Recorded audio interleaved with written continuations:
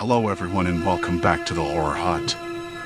Before you drift off, it would be a nice idea if you could leave a comment to let me know where you are listening from. Please don't forget to give the video a like and subscribe to the channel.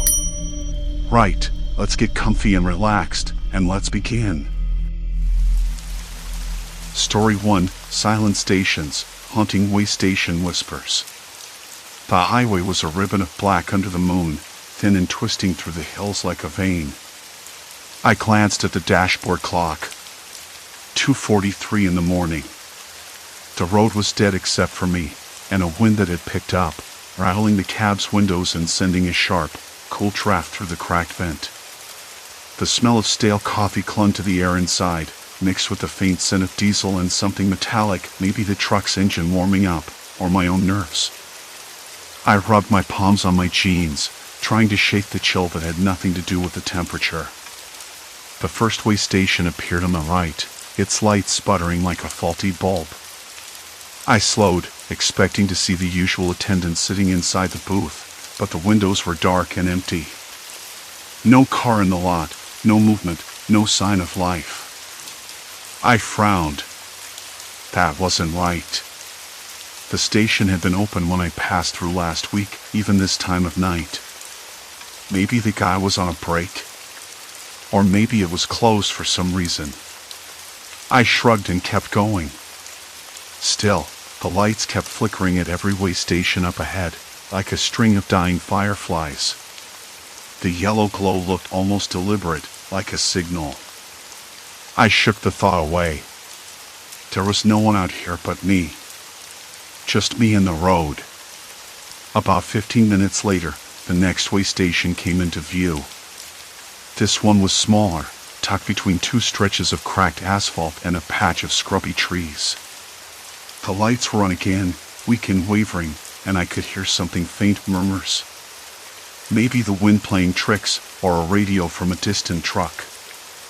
I pulled over, thinking I'd check the weight, just to be safe. The load felt stable, but that little voice in the back of my head urged me to stop.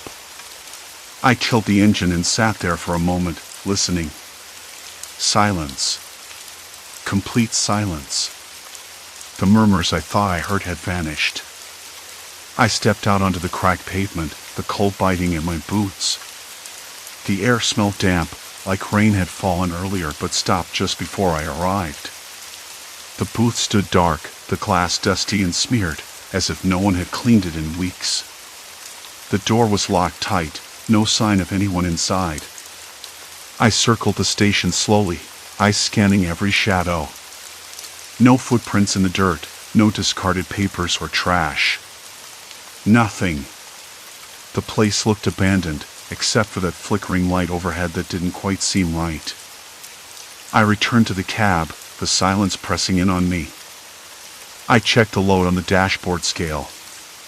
It read exactly the same as when I'd stopped, but then the truck shuddered slightly, a subtle shift that made my stomach twist. I frowned and climbed down again, running a hand along the side of the trailer. It was cold and solid, no movement. I looked back at the booth. Still locked. I climbed back into the cab, heart stubbornly trying to keep a steady rhythm. The murmurs were back, soft, almost too low to be human voices. I turned the radio on, static filling the space, trying to drown out the sound. When I cut the power again, the voices stopped. Or maybe I just wanted them to. I sat still, hands gripping the steering wheel until the knuckles turned white.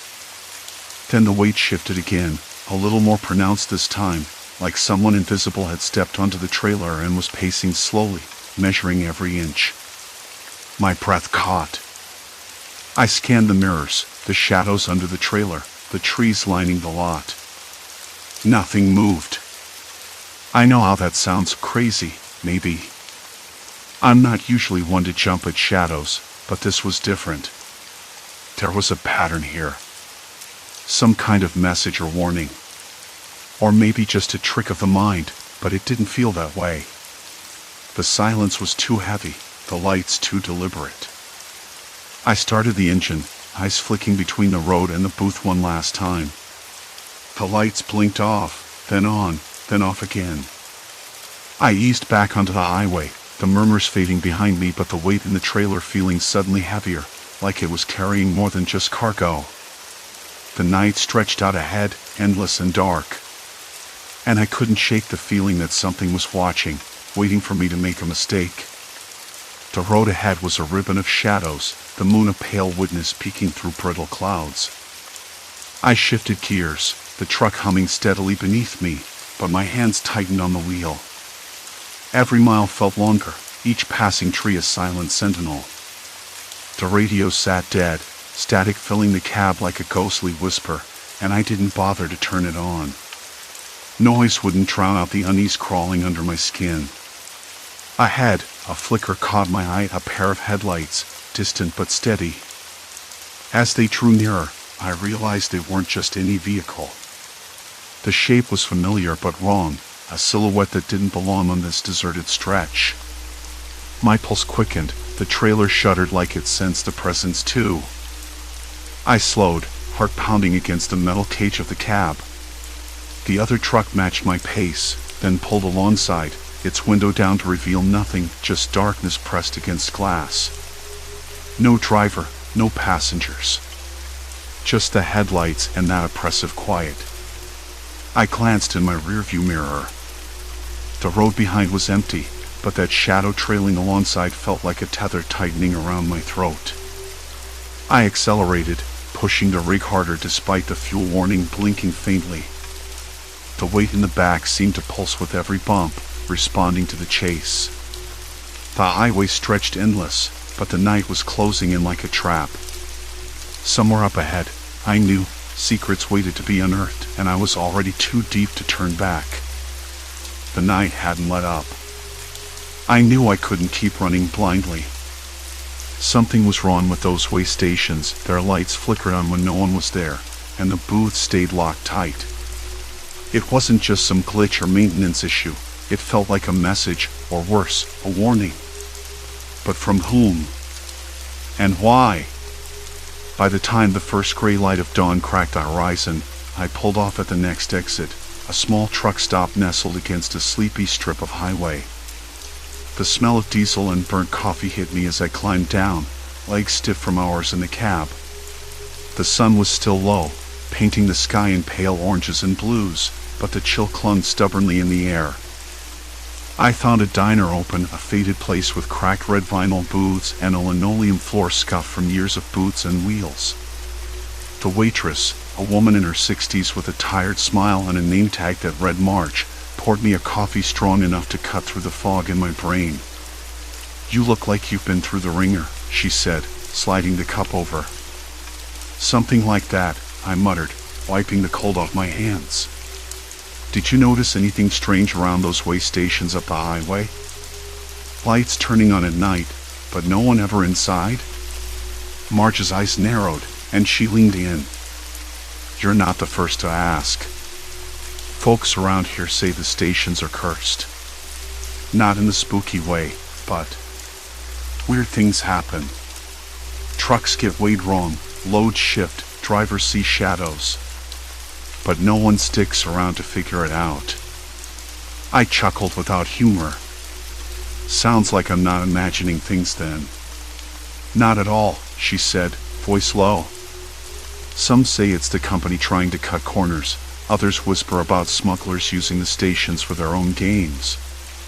Smugglers. The word settled in my gut like a stone. It made sense.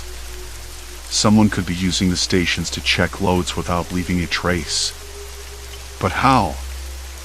I'd seen the booths locked tight, no sign of anyone inside. Yet the load shifted as if inspected. I glanced out the window at the rising sun filtering through dusty glass, catching the faint outline of a billboard advertising the next way station, miles up the road. I wasn't done yet. Back outside, I pulled out my phone. No signal. Of course. This stretch of highway was a dead zone, just like the rest. I made a mental note to check in with dispatch later, if I could. The rig waited silently, its metal skin gleaming faintly in the new light. I climbed back in, the cab still smelling faintly of stale coffee and burnt rubber. I adjusted my mirrors, checked the cargo straps one more time, tight as they'd been all night, but something about the way the load had shifted gnawed at me. I started the engine and pulled back onto the highway, the road stretching ahead blank and open. I kept my eyes peeled for any sign of movement, any hint of those flickering lights or distant murmurs I'd heard the night before. Nothing. Just the steady rhythm of tires on asphalt. About 20 miles up, the next way station appeared, dark and silent in the early morning haze. I slowed, eyes narrowing. The lights were off this time, no flicker, no sign of life. I pulled up to the booth, finding the door locked tight again. I circled the area on foot, the gravel crunching under boots, ears straining for any sound besides the wind. The place was deserted, no footprints fresh enough to be recent, no discarded cups or cigarette butts. Just the faint mechanical hum of the highway in the distance. I crouched near the scale, fingers brushing over the cold metal plate. It looked ordinary enough, but I could swear it had been recently tampered with. There were small scratches around the edges, like someone had fiddled with the calibration. A faint oily smell lingered in the air, like machine grease mixed with something else, something sharp, almost chemical. I pulled on my flashlight and scanned the area more closely. Near the base of the booth, I spotted a small panel, slightly ajar. Behind it, tangled wires snaked into darkness. Someone had rigged this place. Not a glitch, not a ghost, people. People who wanted these stations to appear inactive while they worked behind the scenes. The thought sent a cold shiver down my spine. I'd been alone at night, but maybe I hadn't been alone at all. I stood up, heart pounding. This wasn't just some roadside oddity. I was tangled in something bigger, something deliberate and dangerous. But what? And how deep did it go? I climbed back in and called dispatch as soon as I hit a patch of signal, my voice low and urgent. Hey, it's me. I'm at the second way station of the 67. Something's off. The booths are locked tight, but the scales look tampered with. Someone's messing with them, I think. There was a pause. Then a voice, clipped and cautious. You sure about that? We haven't had any reports yet. Keep your eyes open and report anything else unusual. I nodded even though no one could see me. Will do. Driving on, I tried to shake the feeling that eyes were watching from the shadows, waiting for me to slip up. Every bump in the road made the trailer shift again, that same unsettling pulse I couldn't explain.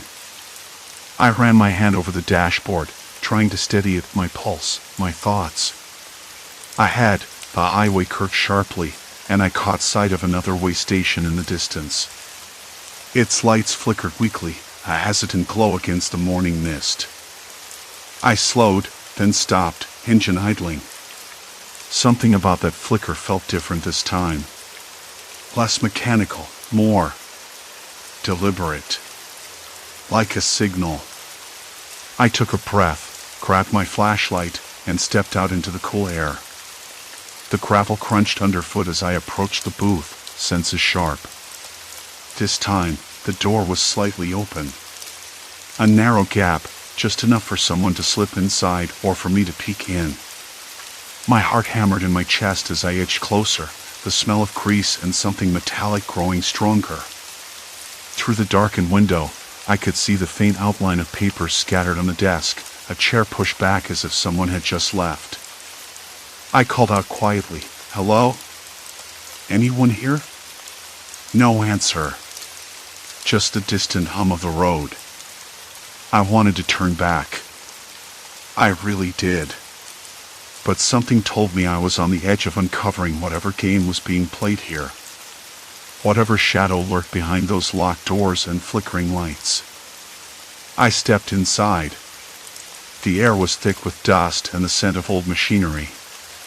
My flashlight beam caught something on the desk, a small notebook, edges worn and pages dog-eared.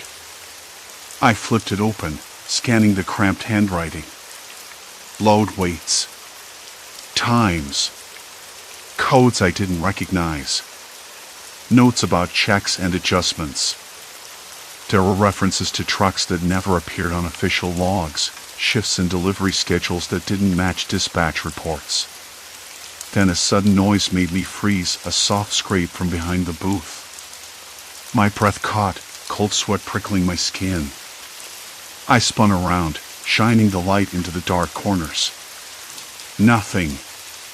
The silence pressed in, heavier this time. I knew I wasn't alone. I backed out slowly, clutching the notebook, my hands trembling. The last thing I saw before the door clicked shut behind me was a shadow slipping just beyond the edge of the lot, disappearing into the trees. Back in the cab, I locked the doors and slid the notebook beside me. My mind raced with questions, but one thing was clear. I was no longer just a driver on a lonely highway. I was a witness to something I didn't understand, something that wasn't going to let me go. The highway stretched on, endless and waiting. And so was I. The notebook lay open on the desk, its pages yellowed and curled at the edges, a jumble of scribbles and numbers that made no immediate sense. Still, the words checks and adjustments echoed in my mind, as if they were clues just beyond reach. I flipped through a few more pages, each filled with times, weights, and strange annotations that looked like shorthand. A pattern was there, but I couldn't quite put my finger on it. Then I heard it, soft, almost imperceptible, the faint creak of metal shifting somewhere behind me. I froze. The stale air suddenly felt heavier, tighter. The booth's single flickering bulb cast long shadows against the cracked plaster walls. My flashlight beam wavered as my hand trembled, tracing the contours of the desk, the scattered papers. The metallic scent was stronger now, sharper, like something freshly oiled, but there was something else, something acrid, like burnt rubber mixed with the faint odor of sweat. "Hello?" I said again, voice low, trying not to sound as rattled as I was. No answer. Only the highway's distant drone and the occasional hum from the old electrical box outside. I backed toward the narrow door frame, eyes darting to the side where the window caught a sliver of the dark, cavernous way station lot. The weight of my truck's load pressed in my mind, those strange shifts, like an invisible hand testing the balance. I didn't believe in ghosts or hauntings, but something was definitely watching, measuring. Watching me. The notebook's last few pages were different. No numbers, just notes, half sentences, and cryptic remarks. One line caught my eye, unauthorized loads flagged. Initiate Protocol 7. Another, subject must not leave the station boundaries until clearance verified. Protocol 7? Clearance verified? It sounded official, but secretive. And why would someone need clearance to leave a way station? This wasn't just a forgotten checkpoint, it was a trap. My throat tightened. I thought about turning back, about driving away and pretending none of this had happened. But I couldn't. Not now. The door slammed shut behind me. I jumped, heart pounding, and spun around. The lock clicked quietly, but I hadn't touched it. I wasn't alone. A cold sweat broke over my skin, and I forced myself to stay calm, to listen. The faintest scrape of rubber on concrete came from outside, followed by the creak of metal again. Then silence. Complete silence. I pressed my ear to the door. Nothing. I tried the knob, it didn't budge. Locked from the outside. My truck. The load. Had they followed me here? Watched me? The thought spun in my head like a cyclone. I fumbled for my phone, no signal. Of course. The empty stretch of highway was a dead zone for calls. I leaned against the door, breathing shallow, trying to steady my racing mind. Then I noticed something else, the faint vibration under my feet, like a slow, rhythmic pulse. The ground trembled just slightly, as if the entire station was alive, breathing. Or something beneath it was moving. I didn't believe in hauntings, but I did know people. People who use places like this for control, for intimidation. The notebook's mention of protocols and flags suggested some kind of organized effort. Smuggling? Extortion? I didn't know yet, but I was caught in the middle, and there was no easy way out. I turned back to the desk, scanning the pages for anything else. There, tucked under a folded piece of paper, was a faded photo. A man stood next to a way station booth, face obscured by shadow, but his stance was rigid, commanding. On the back, a date, 3 years ago. And a note, he knows. Watch him. A shiver ran down my spine. Someone had been here before me. Someone who knew too much. Outside, the flickering lights in the lot shifted again, like eyes blinking in the dark. I could hear the faint murmur of voices, distant and low, but unmistakably human. No supernatural whispers. Just people watching, waiting. I rubbed my temples, trying to piece it together. The checkpoint wasn't abandoned. It was active in the worst kind of way, an invisible checkpoint where people didn't just get weighed. They got trapped. The weight of my truck's load shifted suddenly, the same way it had before. I stumbled, catching myself on the desk. It was deliberate. Someone was tampering with it, testing me, reminding me I wasn't in control. A voice crackled over a hidden speaker somewhere in the room, with its faint smell of dust and decay. Calm. Controlled. You've been measured. Now, you're part of the system. My blood ran cold. There was no turning back. Not now. The walls seemed to close in, the stale air thickening. I was inside a web, and every thread led to a place I didn't want to find. But the only way forward was through the darkness. I had to find out who was behind this and why. Outside, the murmurs grew louder, footsteps approaching the booth. I swallowed hard, heart hammering, as the door rattled under a force I couldn't see. They were coming for me. The door rattled again, and for a moment, I thought it might give. Come out, I muttered, voice rough and low enough to keep from sounding desperate. I'm not the one who belongs in here. Silence. Complete silence, except for the distant murmur outside, voices too far off to make sense of, but close enough to remind me I wasn't alone. Then the door rattled again, harder this time. I glanced down at the control panel beside the booth's window. Nothing. No sign of a lock release or intercom. Just buttons that didn't respond and a cracked screen frozen on static. The load shifted again, the trailer groaning softly as if something or someone was testing the limits of the entire rig. I swallowed hard. I knew this wasn't just about weighing trucks anymore. It was a game of control, and I was the pawn. Who's there? The words felt hollow, like tossing pebbles into a deep well. No answer. I swallowed again. My throat was dry, taste bitter, almost like bile rising. Then, a voice. Low, calm, but unmistakably human. You don't understand what's happening here.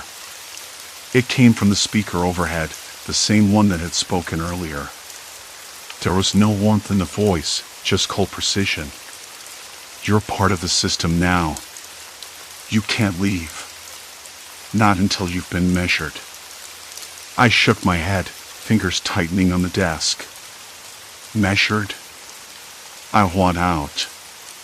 I don't belong here. A pause. A slow, deliberate silence. Then the voice returned, softer this time, almost conversational. Nobody leaves. Not until they've earned it. Earned it? What did that mean? I tried to imagine who was behind this, but the booth was sealed so tight I couldn't even see a shadow. The only light came from the flickering bulbs overhead and the faint glow of my dashboard through the cracked window. Then the footsteps. Closer now, slow and careful, but deliberate. Whoever it was knew I was inside.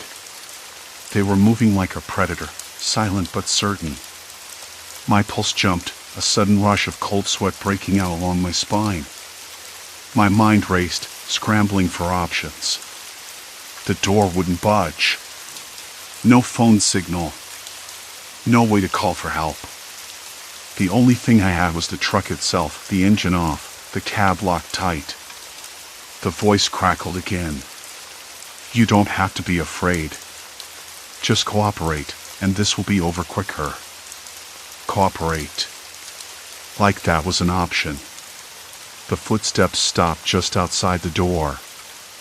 I caught the faintest scent of cigarette smoke mixed with something sour, maybe sweat, maybe fear.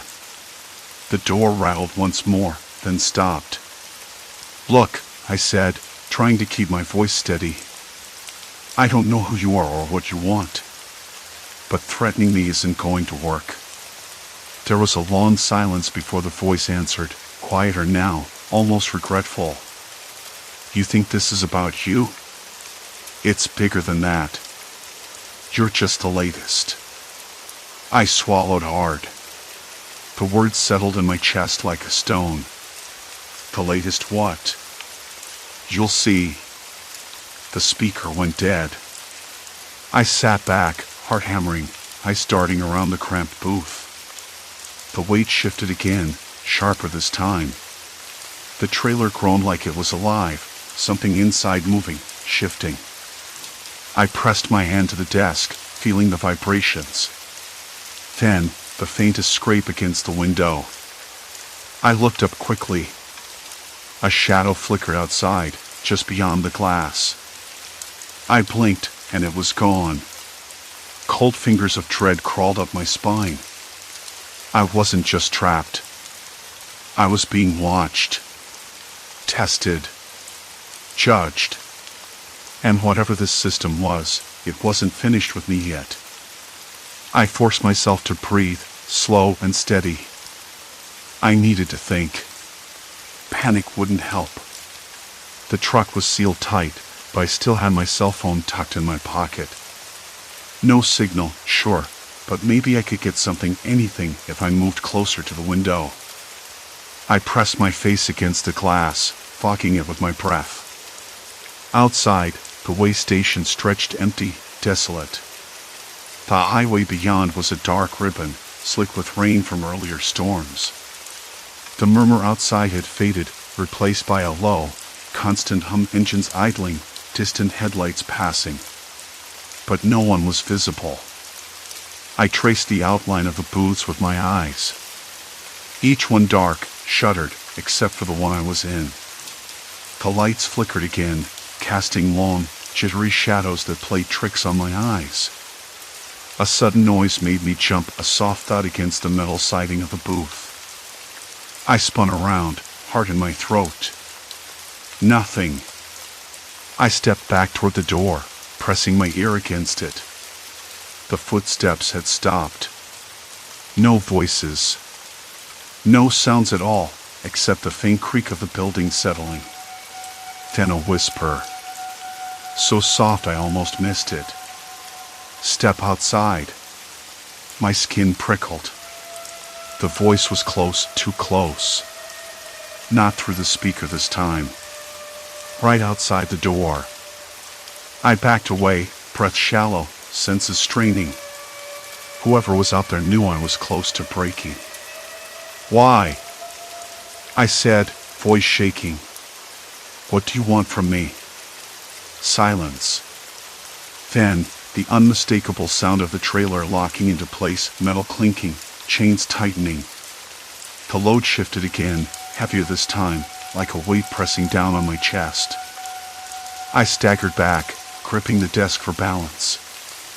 I realized then why I hadn't before. This wasn't some random psych game. The whole setup was a trap designed to hold me in or me down. The shifting load was a reminder I wasn't in control of my own truck. Someone else was. The door rattled once more, hard enough to make the glass quiver. I was running out of time. I forced myself to calm down, to think. There had to be a way out. I scanned the room again, eyes catching on a small vent near the ceiling. Too small to crawl through, but maybe enough to hear through. I climbed onto the desk, stretching my neck to the vent.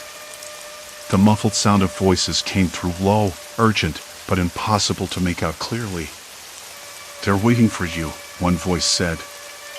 A woman's voice this time, breathless, scared. "And if he refuses? Then we lose him." Lose him? What did that mean? My hands trembled as I climbed down. Whoever these people were, they were organized. Coordinated. Dangerous. I needed to get out before the next step. The load shifted violently, throwing me against the desk. The trailer groaned like a beast in pain. I gasped, pain lancing through my ribs. The door rattled again, louder this time, like something heavy was pushing against it from the outside. I backed away, heart pounding so hard I thought it might burst. Then, a single word over the speaker, slow and deliberate. "Now!" The booth plunged into darkness. The flickering lights died, leaving me in complete blackness. Silence. And then, a whisper right beside my ear. "Welcome to the system." I didn't know who was closer to the voice, or the shadow just beyond the glass.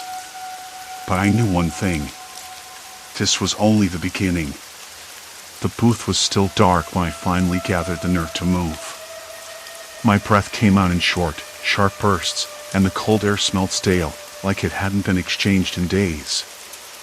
I could still hear that whisper, faint but crawling over my skin, and the weight of it pressed down on my chest more than the ribs I'd bruised a few minutes ago. "Welcome to the system." The words lingered in the silence, like a promise or a threat, I couldn't decide which. I didn't want to stay there any longer. The flickering lights had died completely, leaving nothing but darkness around me. Reaching out, my fingers brushed against the rough, chipped plaster of the wall. It was cold and crumbly, but real. Human-made. I reminded myself that whatever was happening here was not some ghost story. It was people. People who used the shadows as cover. The load inside the trailer groaned again, shifting reluctantly now, like it was settling back into place. I swallowed hard and forced myself to stand. My legs felt like jelly, but I had to move. I edged toward the booth's door, running my palm along the metal frame until I found the latch. Locked. Of course. That was the whole point, to trap me. I tried the handle, pulling and twisting. Nothing. My fingers shook. I took a breath and forced myself to look around the booth one more time. There was a vent above me, the one I'd climbed onto before, but it was too small to squeeze through. The speaker crackled faintly, static and whispers fading in and out like distant radio signals. My ears strained for any clue of movement outside, but all I heard was the occasional hum of passing trucks and the low drone of highway noise. I tapped the metal wall with my knuckles and whispered, "All right, whoever you are, you want me out?" "Fine. But what then? What do you want from me?" No answer. Just silence. The truth hit me then. They weren't going to speak to me again. Not here. Not now. I sank down onto the cold floor, leaning back against the wall. Pain flared in my ribs every time I moved, but it grounded me somehow. I ran my hand over the floor's grimy surface, the dust and grit scratching my skin. The whole place smelled like rust and oil and the stale breath of waiting. Hours passed, or maybe only minutes. Time lost meaning in the dark. I kept listening. The murmurs outside had stopped. The flickering lights stayed off. It felt like I was caught in a pause, a breath held too long. Eventually, the lock clicked. The door creaked open a crack, and a sliver of yellow light spilled in. I squinted, blinking away the shadows, and saw a figure just beyond the threshold. The silhouette was tall, lean. The person didn't say anything, just stood there watching me. I tried to pull myself up, wincing as my ribs protested, but the figure held up a hand. "Wait," a voice said, low and calm. "You need to come with me." There was no anger in the voice. No threat. Just authority. I hesitated. The flickering lights, the voices, the shifting load, it all came crashing back. "Why?" I managed to say. "What do you want?" The figure stepped forward, and now I could see more. A man, maybe in his 40s, worn jeans, a faded jacket. He looked tired, but not cruel. "Because you're caught up in something you don't understand," he said. "And if you don't come with me, things will get worse." I didn't know if I trusted him. I didn't know if I trusted anyone anymore. But standing there in the dark, bruised and beaten by fear and confusion, I realized I had no choice. I nodded slowly.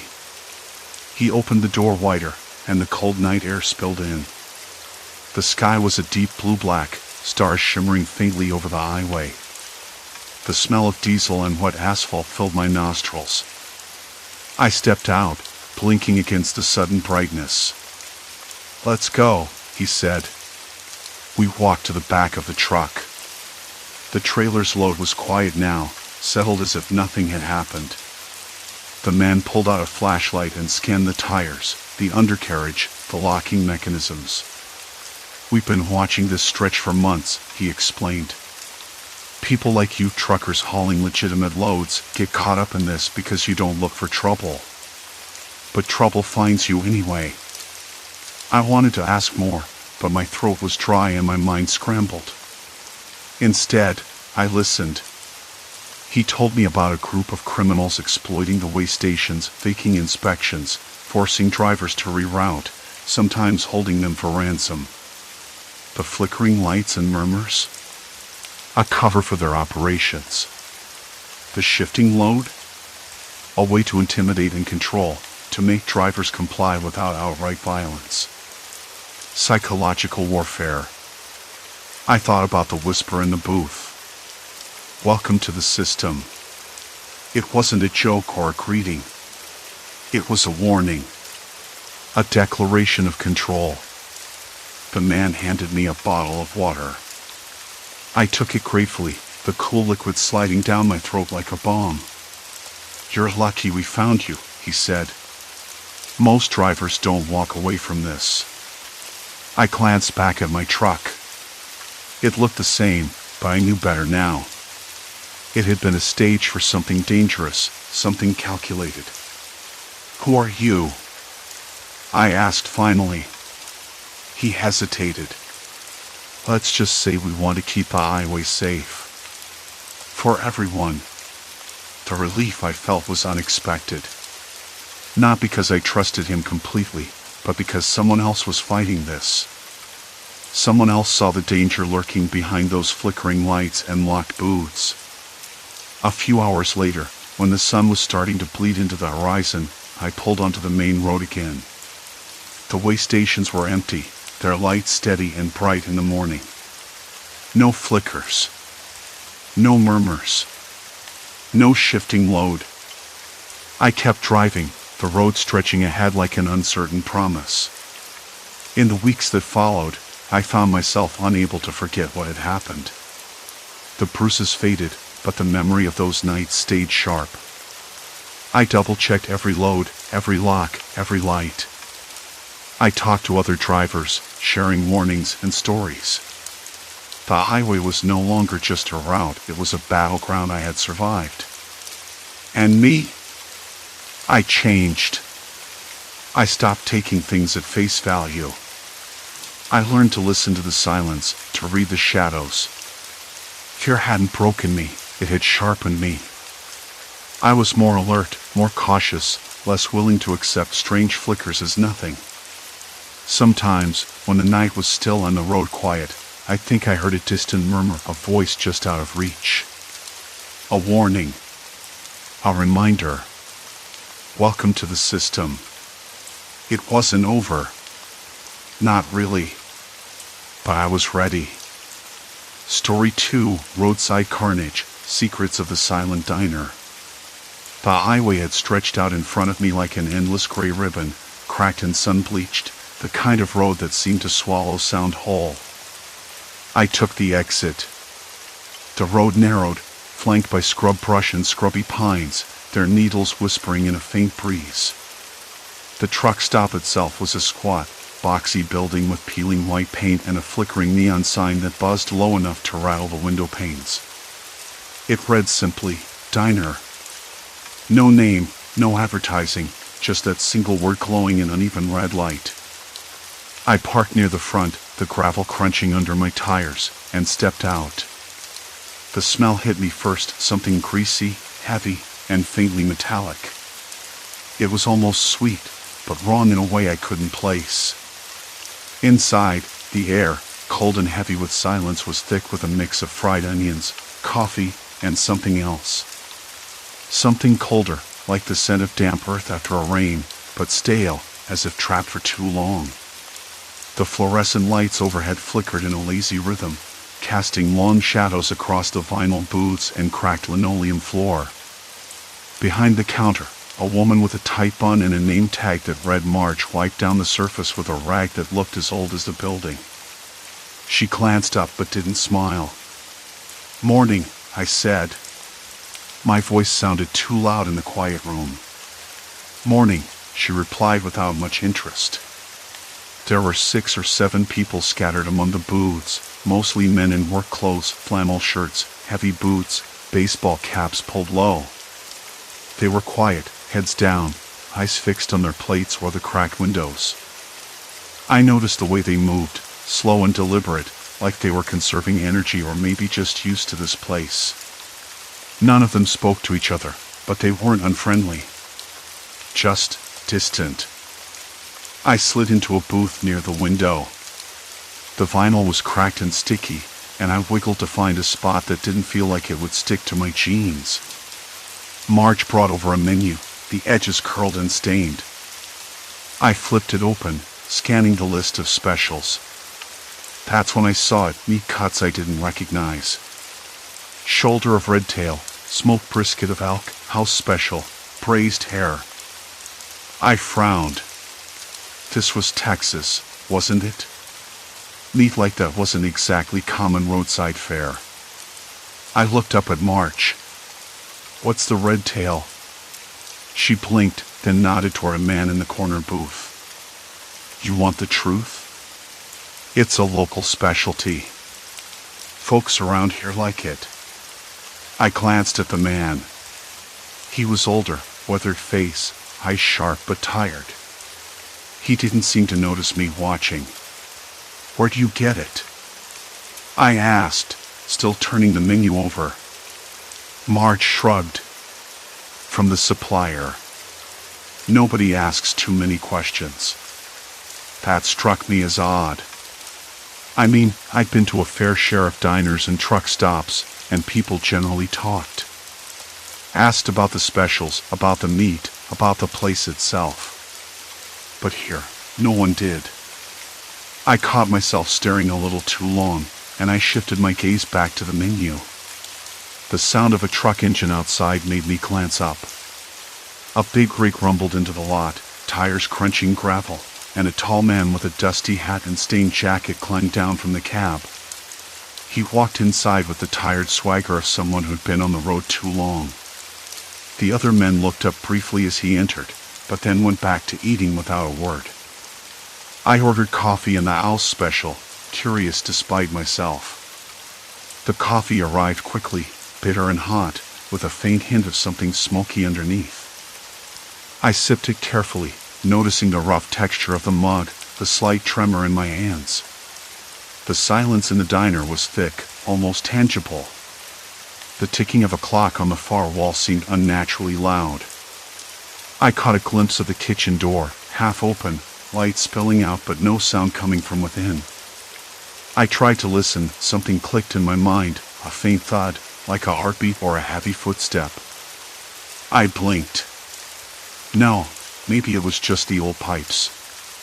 The meal arrived, meat sliced thin, with a dark glaze that shimmered under the fluorescent lights. The smell was rich, almost too rich, and I hesitated before taking a bite.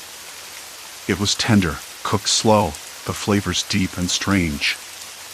I looked around, expecting to see the other men eating the same thing, but they all had different plates, simpler fare. Burgers, fries, coffee. Nothing that matched the mysterious cuts on the menu. I tried to ask Marge about it again, but she simply said, "It's best not to dwell on it." Her eyes flicked toward the kitchen door. Curiosity gnawed at me, but I pushed it down. Maybe I was overthinking it. After all, I was just passing through. Maybe this was just one of those places where people like their secrets. But as I ate, I noticed something else. One of the men, the one with the sharp eyes, kept glancing toward the kitchen door too. Like he was waiting for something. Or someone. I swallowed hard. The coffee was turning cold in front of me, the air growing heavier. Outside, the sun climbed higher, but inside the diner, time seemed to stretch and fold in on itself. There was a quiet tension I couldn't shake, like the whole place was holding its breath. I wanted to leave. I really did. But my feet felt glued to the floor, and my eyes kept drifting back to that half-open door. Then I heard it again. A faint sound, like a soft scrape or a low moan, coming from the kitchen basement hatch, just behind the counter. I looked at Marge. She was staring straight ahead, expression unreadable. "Did you hear that?" I asked, voice barely above a whisper. "Probably just the pipes," she said quickly. But her hand trembled slightly as she wiped the counter. I didn't believe her. Something was wrong here. Something I couldn't yet name. But it was there, lurking just beneath the surface, in the silence between the words, in the strange cuts on the menu, in the way the regulars never asked questions. And as I sat there, the shadows in the corners of the diner deepening, I realized I wasn't the first to notice. Not by a long shot. The night stretched long after I left the diner, but sleep slipped through my fingers like smoke. Morning came too soon, and with it, a kind of grim resolve. I knew I had to go back. Something about that place had me knotting up inside, like a fist gripping my gut, and I couldn't shake it loose. I packed my things slowly, each small sound in the room, creak of the bed frame, distant hum of a highway truck felt amplified, like the world was holding its breath, just like the diner. Back on the road, the diner's neon sign flickered faintly in the early light. The place looked less sinister in daylight, almost ordinary. I parked in the gravel lot, the stones crunching under my shoes, and took a deep breath. The air smelled faintly of diesel and burnt coffee, mixed with that sharp, coppery tang I'd noticed the night before. Blood, maybe. But I wasn't ready to admit that aloud. Inside, the atmosphere was different, but the regulars were there, sitting in their usual booths.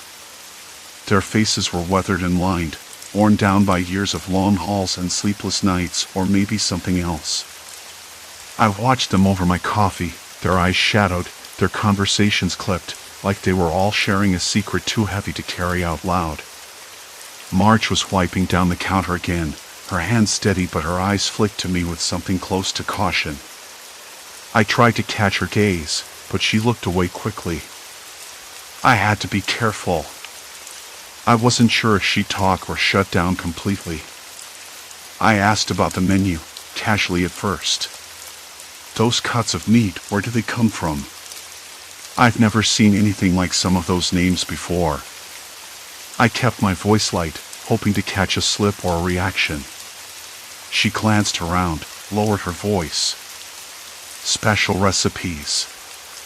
Old family stuff. Nothing fancy. But her fingers tightened around the rag, knuckles white. The way she said it didn't match the ease of her words. I noticed something else.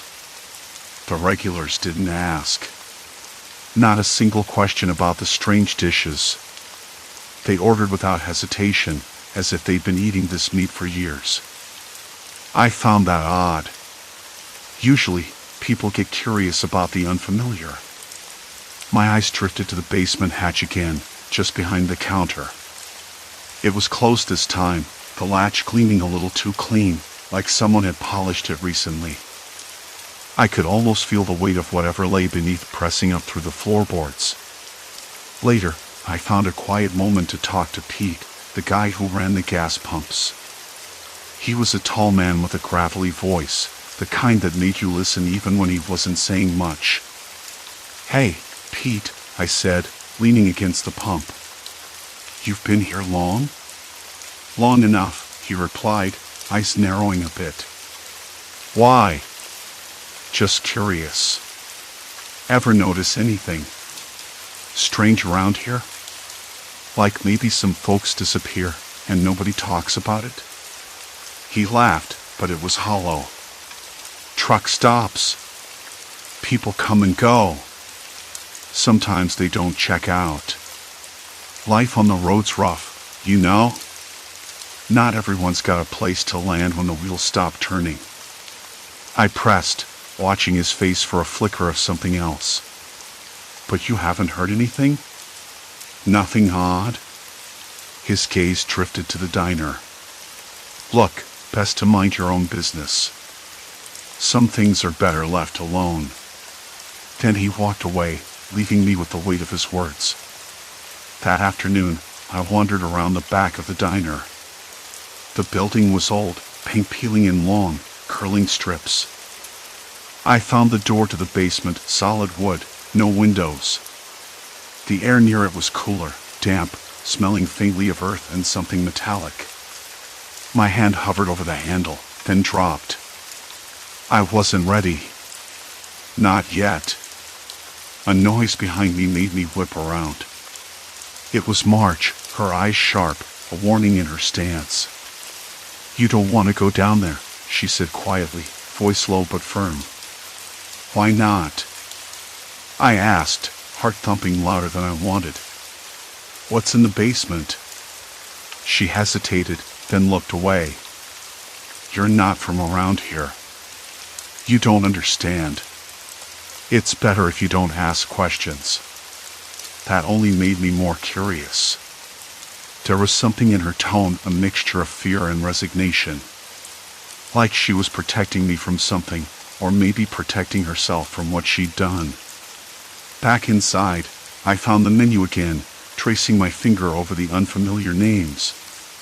One caught my eye, special cut. No description. Just those 2 words printed in faded black ink. I thought about the missing truckers I'd heard about on the road. The ones who vanished without a trace. Could this be connected? I noticed a small notebook tucked beneath the menu stand. It was filled with scribbled notes, order tallies, and something else, names. Dates. Some with check marks, others crossed out. I flipped through, my stomach twisting with each page. The names matched missing persons reports I'd seen online. I snapped the book shut and shoved it into my jacket pocket.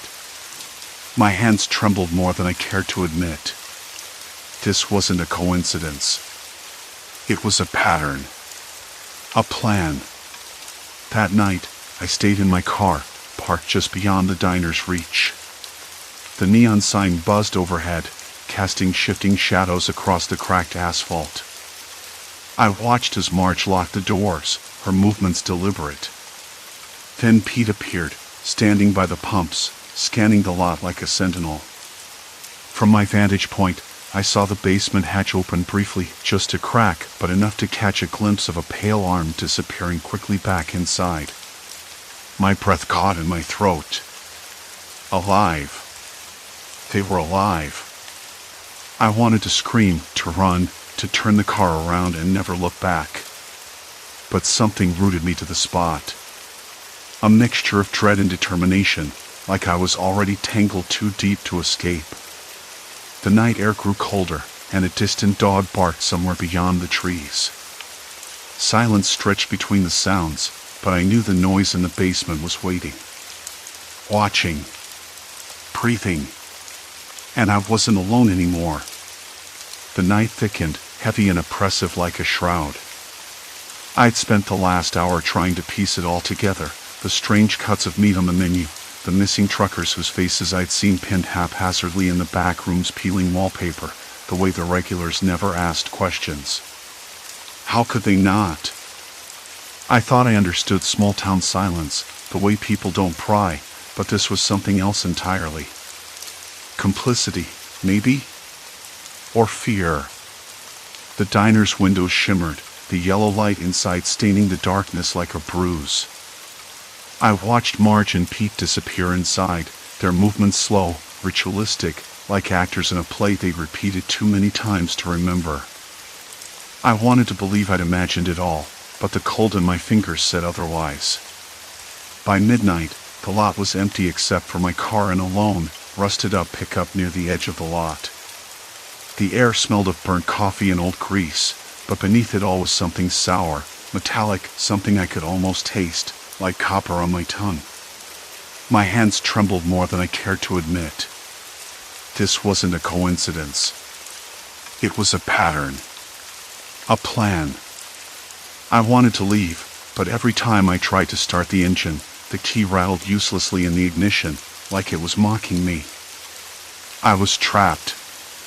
Not physically, no, but trapped by knowledge. By the primal need to understand. To expose. To survive. The distant bark of a dog cut through the silence, a sharp, lonely sound that made the hairs on the back of my neck stand up. And then, from inside the diner, a noise, a low, muffled groan, almost a whisper. It came from the basement. I swallowed hard, my throat suddenly dry. The basement hatch was in the kitchen, behind the swinging door that clanged every time it opened. I could hear the faint scrape of a chair, or maybe it was a crate, moving against the floorboards. I pressed my ear against the glass, straining for any clue. The door creaked open. Marge's silhouette slipped out, holding something bulky wrapped in a stained tarp. Her footsteps were soft but deliberate. She glanced around like she expected someone to be watching. My heart hammered so loud I was sure she could hear it. She moved toward the back of the lot, toward the shadows where the pickup sat. I had to follow. I didn't want to, but I couldn't stop myself. Behind the diner, the air, cold and heavy with silence, was colder, sharper. The night smelled of wet earth and rust. I kept to the shadows, my breath shallow, trying not to make a sound. Marge stopped at the tailgate of the pickup and began to lift the tarp. My mind raced. What was under there? Meat? Garbage? Or something worse? The tarp slipped away, revealing a man's face. Pale, gaunt, eyes wide and terrified. He blinked slowly, struggling to focus. Alive. I stumbled back, a cry caught in my throat. The man's lips moved, whispering something I couldn't quite catch. Marge noticed me then, her eyes narrowing in the dim light.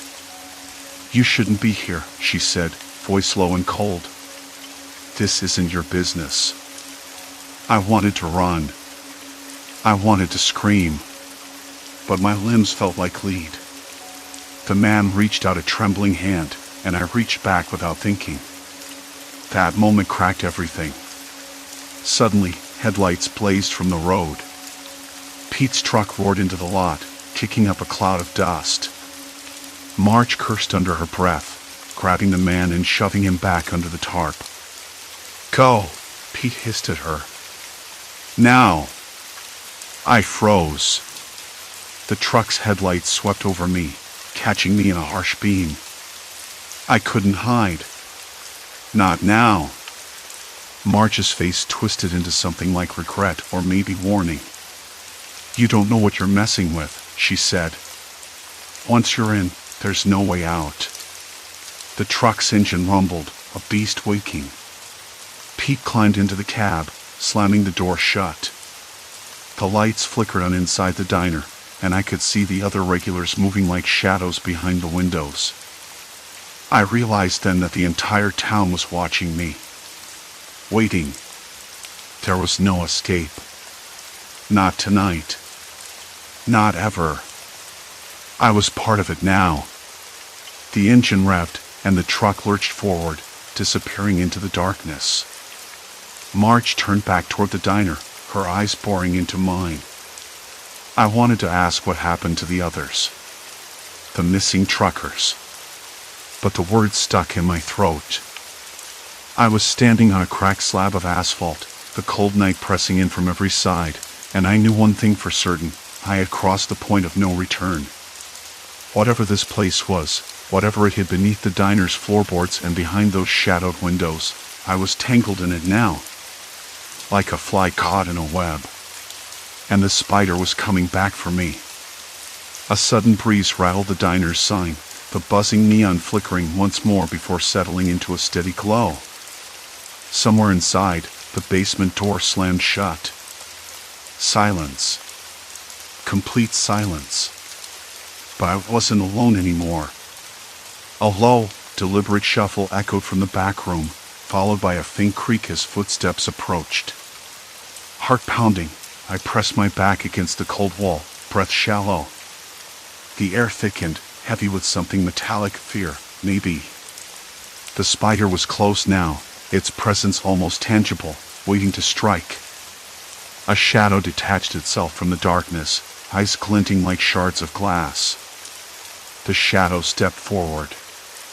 My throat tightened. The metallic tang in the air grew stronger, the scent of old blood and damp wood pressing in on me like a weight. Somewhere behind him, the faint hum of the freezer's compressor buzzed, steady and unrelenting. It was then I realized the basement wasn't just below the diner, it was beneath us, and the sound was coming from somewhere down there. Why are you here? His voice was low, gravelly, like he hadn't used it in a while. The question wasn't really a question. It was a warning. I swallowed. I'm just passing through. I wanted to know what's in the basement. He took a slow step closer. Curiosity's dangerous, friend. His eyes locked on mine, black and unblinking. You've seen too much. The silence that followed was thick, almost suffocating. I could hear my own breathing, quick and shallow, and the distant creak of the diner's floorboards settling. The man's gaze didn't waver. My hands trembled, but I forced myself to speak. The cuts of meat. The missing truckers. I know what's down there. A flicker of something, anger? Fear crossed his face. You think you know?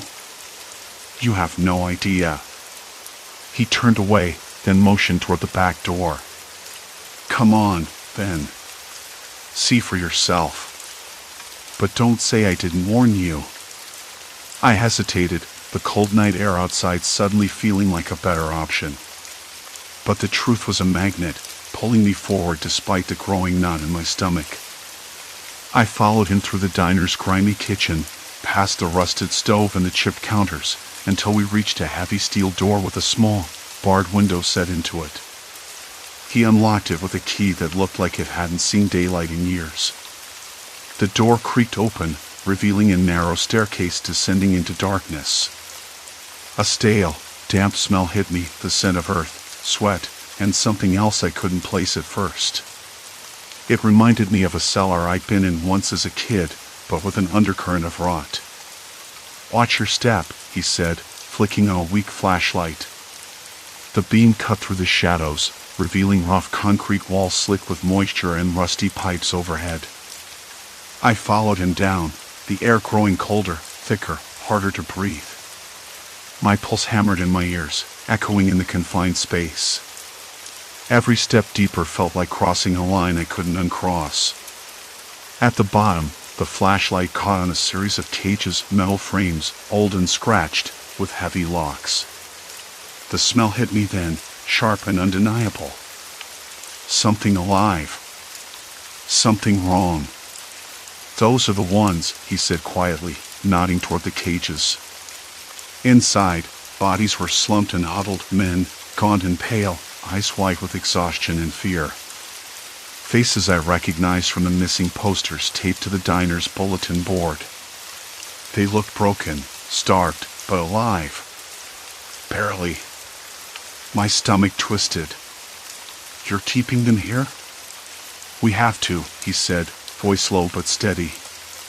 The boss says they're the best meat we serve. Keeps the regulars coming back. I blinked, unable to grasp the full weight of what he was saying. You're feeding people with them? The words tasted bitter, like bile. He shrugged, almost casually. It's business. No one asks questions. The regulars don't want to know. They just eat. A sudden noise, a scraping from deeper in the basement, made us both freeze. The flashlight beam jerked toward the sound, catching a shadow slipping between the cages. Don't, the man warned sharply. They're dangerous if they get riled up. I swallowed hard, heart racing. The realization hit me like a punch. These men weren't just prisoners. They were bait, kept alive for some twisted purpose, and the diner was a front for something monstrous. I turned to leave, urgency clawing at my chest. I need to get out. Now! He blocked my path, expression unreadable. You're not going anywhere. Not yet. The air thickened, the basement closing in around us like a trap. Panic rose, hot and sharp. I was caught, tangled in a nightmare that felt too heavy to escape. But then, from the cages, a voice, a whisper, ragged and desperate, reached me. Help us. The man's eyes flicked toward the prisoners. For a long moment, something raw and human flickered in his gaze. Then it vanished. Quiet, he snapped. You don't want to make things worse. My mind raced. I could try to reason with him, plead for release. Or I could find a way out on my own. But the basement's shadows seemed endless, the silence around us thick with menace. I took a breath, steadying my shaking limbs. I don't belong here. I'm leaving. He smiled then. It wasn't a smile. It was a warning. You already crossed the line. This diner owns you now. He stepped aside slowly, the way a lion might let a gazelle live, if only to chase it later. I didn't hesitate. I bolted up the stairs, the echo of my pounding feet mixing with the faint murmurs from below. The kitchen light was blinding after the dark, but I kept moving, past the clattering dishes and overturned chairs. Behind me, the basement door slammed shut again, sealing the darkness away.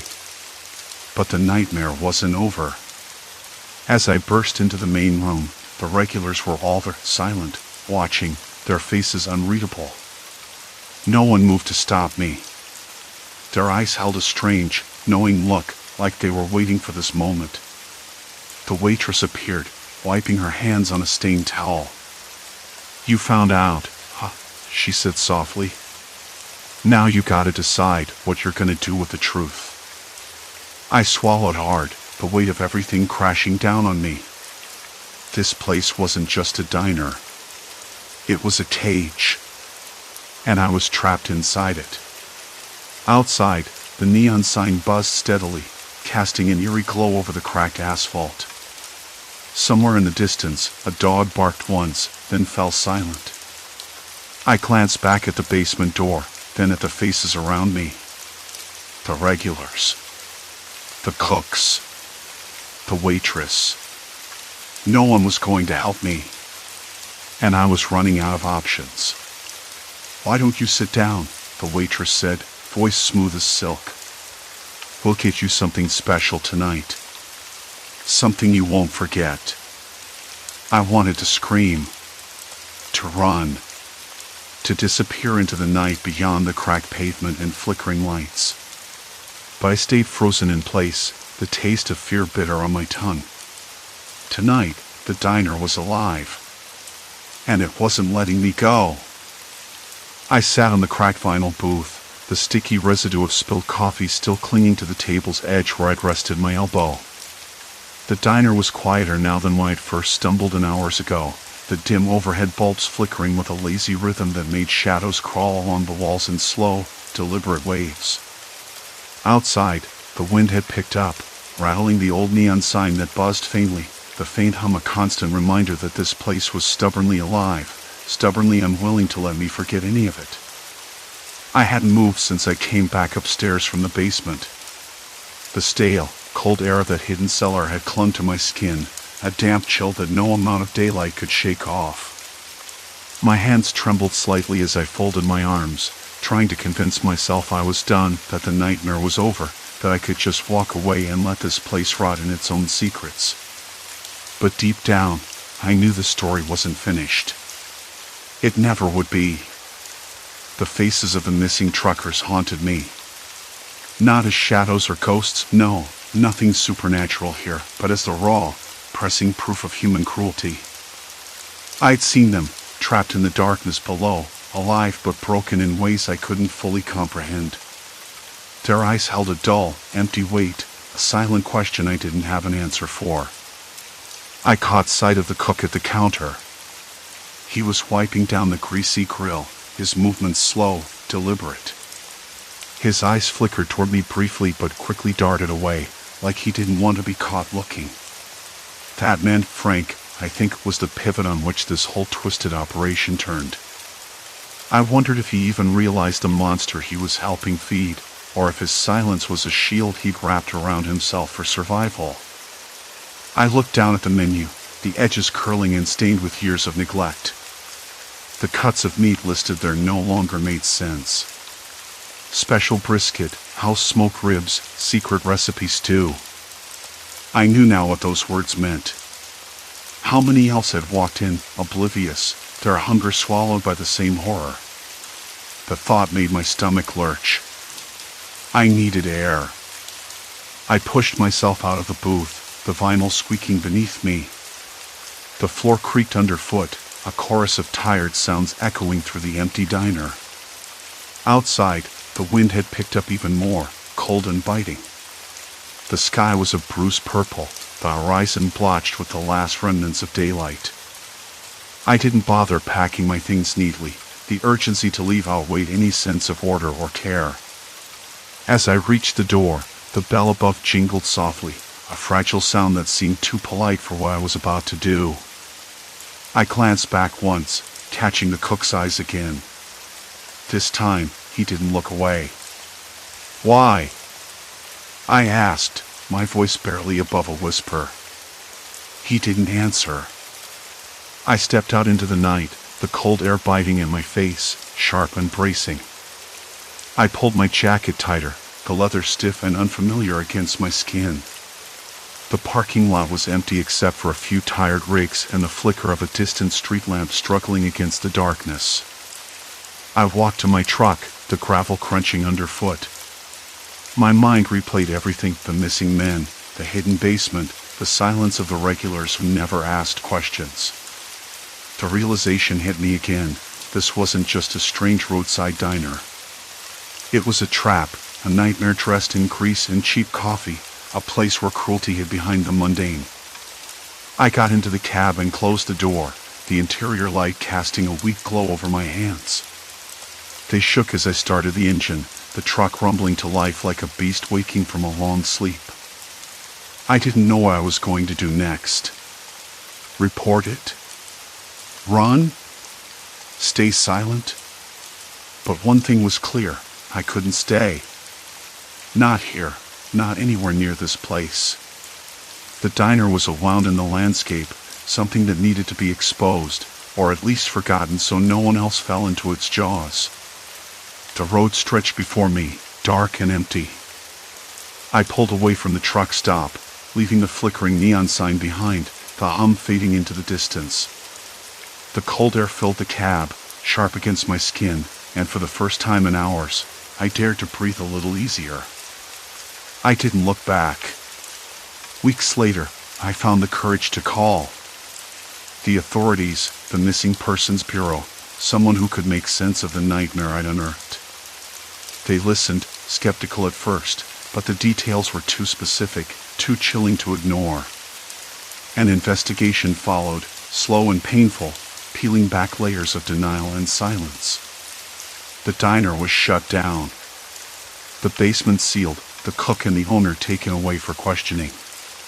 The missing truckers were found, some alive but forever changed, others gone without a trace. The community around the highway whispered rumors and fears, but the truth was out. The darkness exposed. For me, the aftermath was quieter, more personal. I couldn't unsee those faces or unhear the muffled cries from below. But I learned how to live with it, to carry the weight without letting it crush me. I started writing about it, trying to turn the horror into something that might warn others, might make a difference. Driving down endless highways now, I watch the diners and truck stops with a wary eye, remembering the lesson that ordinary places can hide terrible secrets. And though the road stretches on, long and uncertain, I know I'm not the same person who walked into that diner. I carry the scar, but I also carry the resolve not to forget, not to turn away, and maybe, just maybe, to keep searching for light in the darkest places. Silence. Complete silence. That's what I carry now. And the hope that it never returns.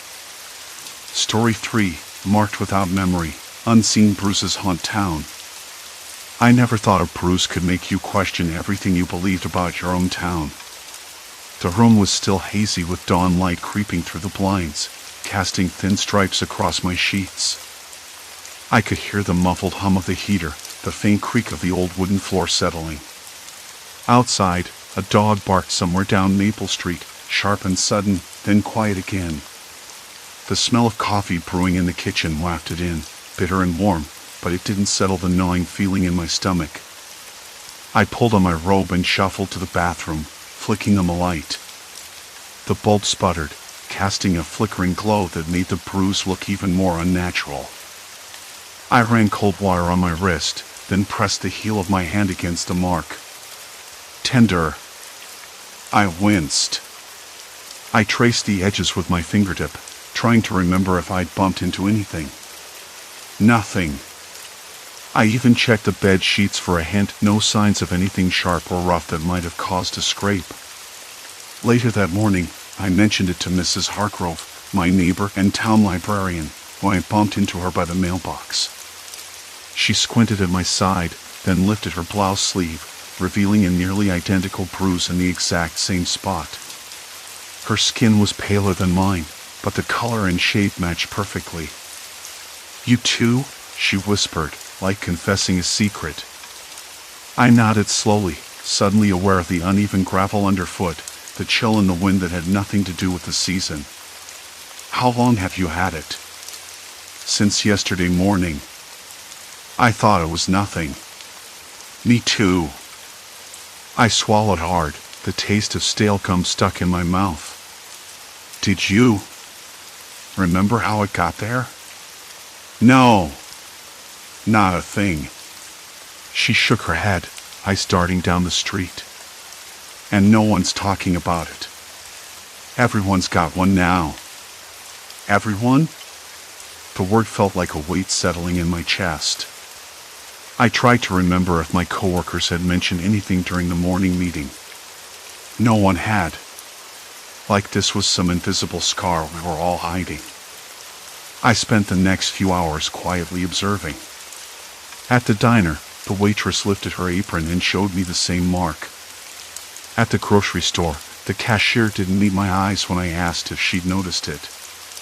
In the post office, The elderly man behind the counter adjusted his collar nervously before showing me the bruise. It was everywhere. Same shape, same spot.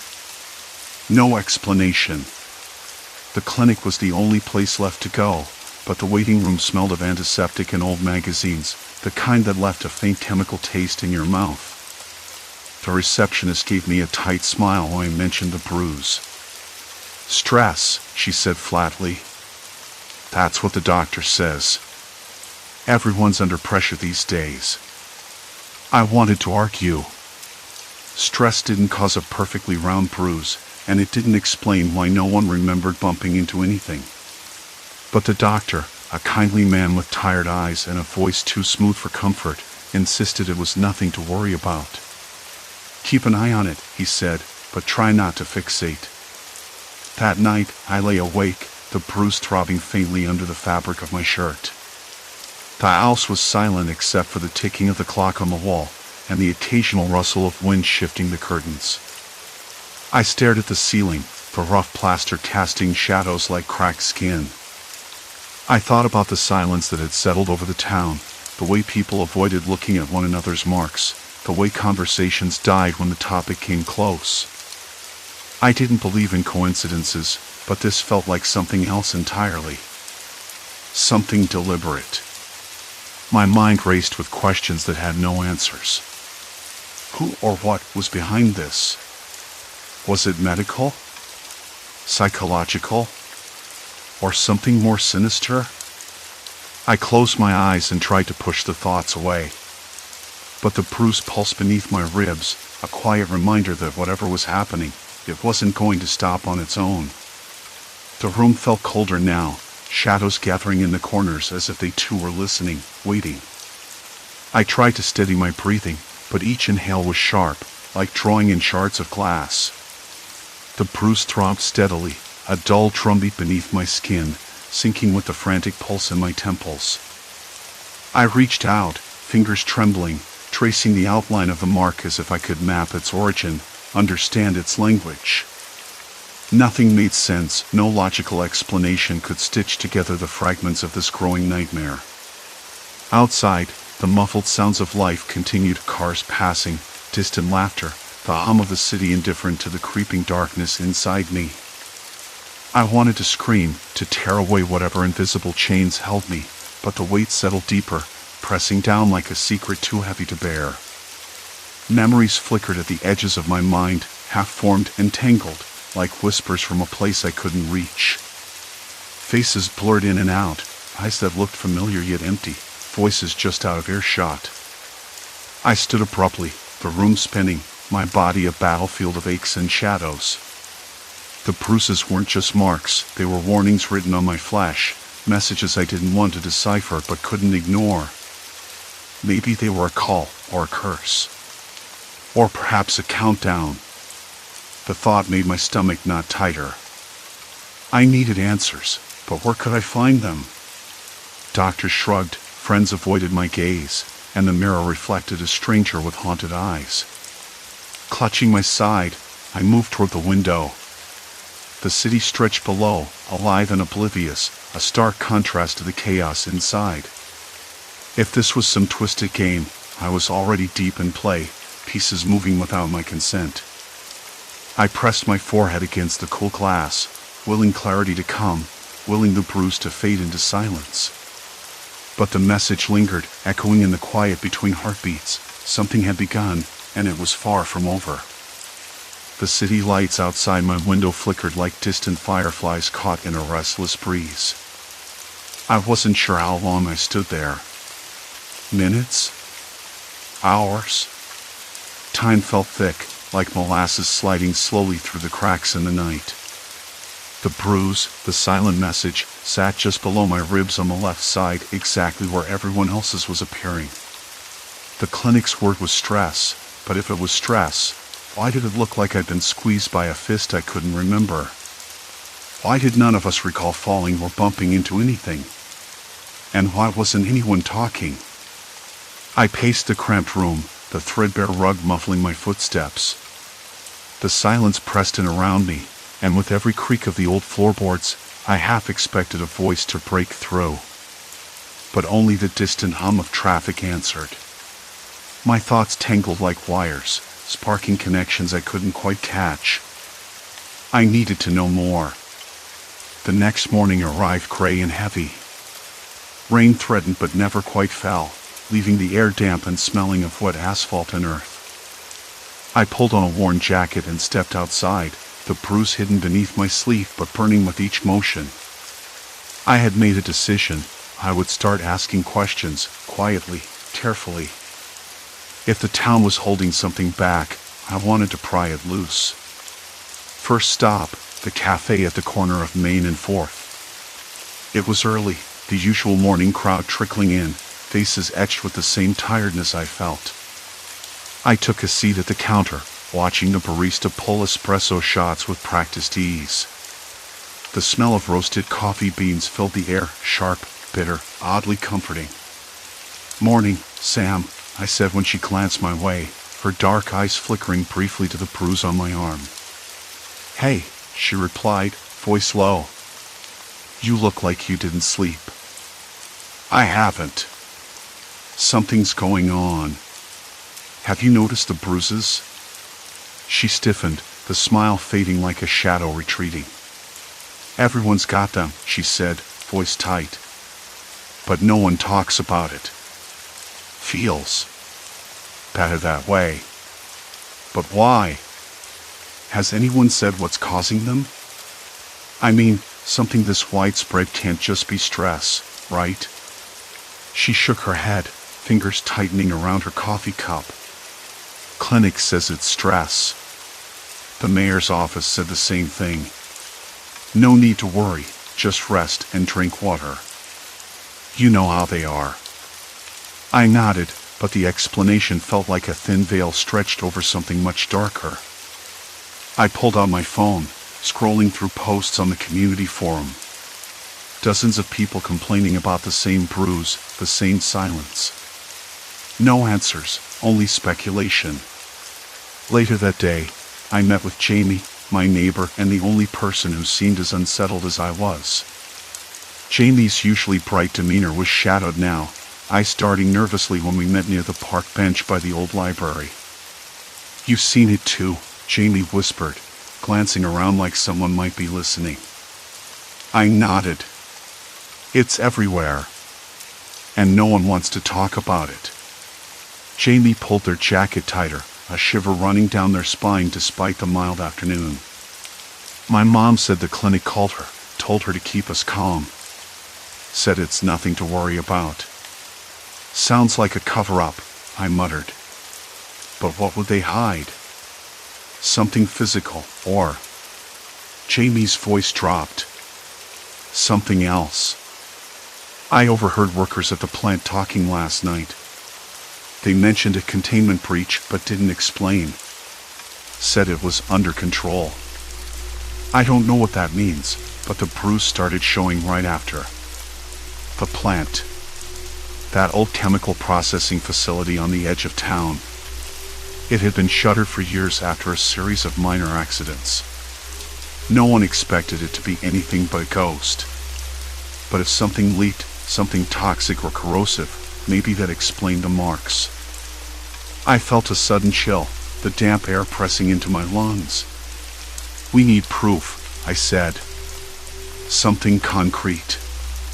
Jamie nodded, eyes wide but determined. "I can get us close. I know someone who works there." I hesitated. The idea of sneaking around a contaminated site didn't sound smart. But standing still felt worse. "Okay," I said finally. "Let's do it." That evening, the sky was bruised purple and orange. Clouds rolling in like a storm had been waiting all day to break loose. Jamie and I met by the old bridge, the air thick with the smell of rain and something else, chemical, sharp, like metal and rot. We slipped through the chain-link fence surrounding the plant, hearts pounding loud enough to drown out the distant barking of a dog. Inside, the place was eerily silent, broken only by the occasional drip of water echoing off rusted pipes. The walls were stained, peeling paint curling like dead skin. Shadows clung to every corner. I ran my fingers over the cold metal of a control panel, noticing a faint residue beneath the grime. It looked oily, sticky. My skin prickled, the bruise on my ribs throbbed again, sharper this time. Jamie pointed toward a storage room at the far end, where a faint light flickered. We moved closer, footsteps careful, voices hushed. Inside, I caught sight of metal drums, some tipped over, their contents seeping into the cracked concrete floor. The air was thick with a chemical stench that burned my nose and made my eyes water. I swallowed hard, the taste bitter in my mouth. Jamie's phone buzzed suddenly, a sharp vibration that echoed in the silence. We froze, breath caught in our throats. "We shouldn't be here," Jamie whispered. I wanted to argue, to push further, but the weight of unknown danger settled over me like a wet blanket. The bruise burned hotter, a warning I couldn't ignore. As we retraced our steps back through the shadowed halls, a sound stopped me cold, footsteps. Not ours. Heavier. Closer. I squeezed Jamie's arm. "Go. Now." We broke into a sprint, the pounding of our feet muffled by the thick air. Behind us, the footsteps quickened, echoing in the vast emptiness. Bursting through the fence, rain finally began to fall, cold droplets stinging my face. We didn't stop running until the plant was a dark silhouette behind us, swallowed by the night. Back on the street, soaked and gasping, I looked at Jamie.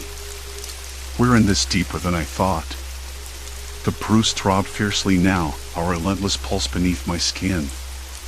The town's silence was not just fear. It was something else, something that wanted to keep us quiet, keep us blind. And I wasn't sure how much longer I could stay silent. Rain slicked the pavement, turning the streetlights into smeared halos of orange and yellow. The bruise burned under my sleeve. Hot and alive. Like it was trying to tell me something I couldn't quite hear.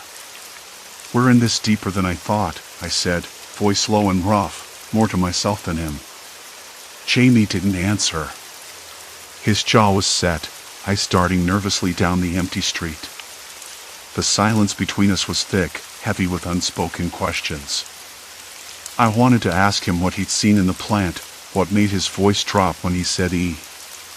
But the words stuck in my throat, tangled up in the knot of dread tightening my chest.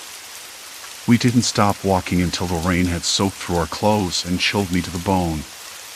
The bruise pulsed with a fierce rhythm, like a second heartbeat. I pulled my sleeve back just long enough to glance at it in the dim glow of a flickering street lamp. It had spread overnight, darker, more defined, a perfect crescent shape just above my wrist. Exactly where everyone else's had appeared. The clinic's stress diagnosis felt like a lie I was swallowing just to stay sane. "Jamie," I said, voice barely above a whisper, "we need to figure out what that place really is. Why does it feel like it's watching us?"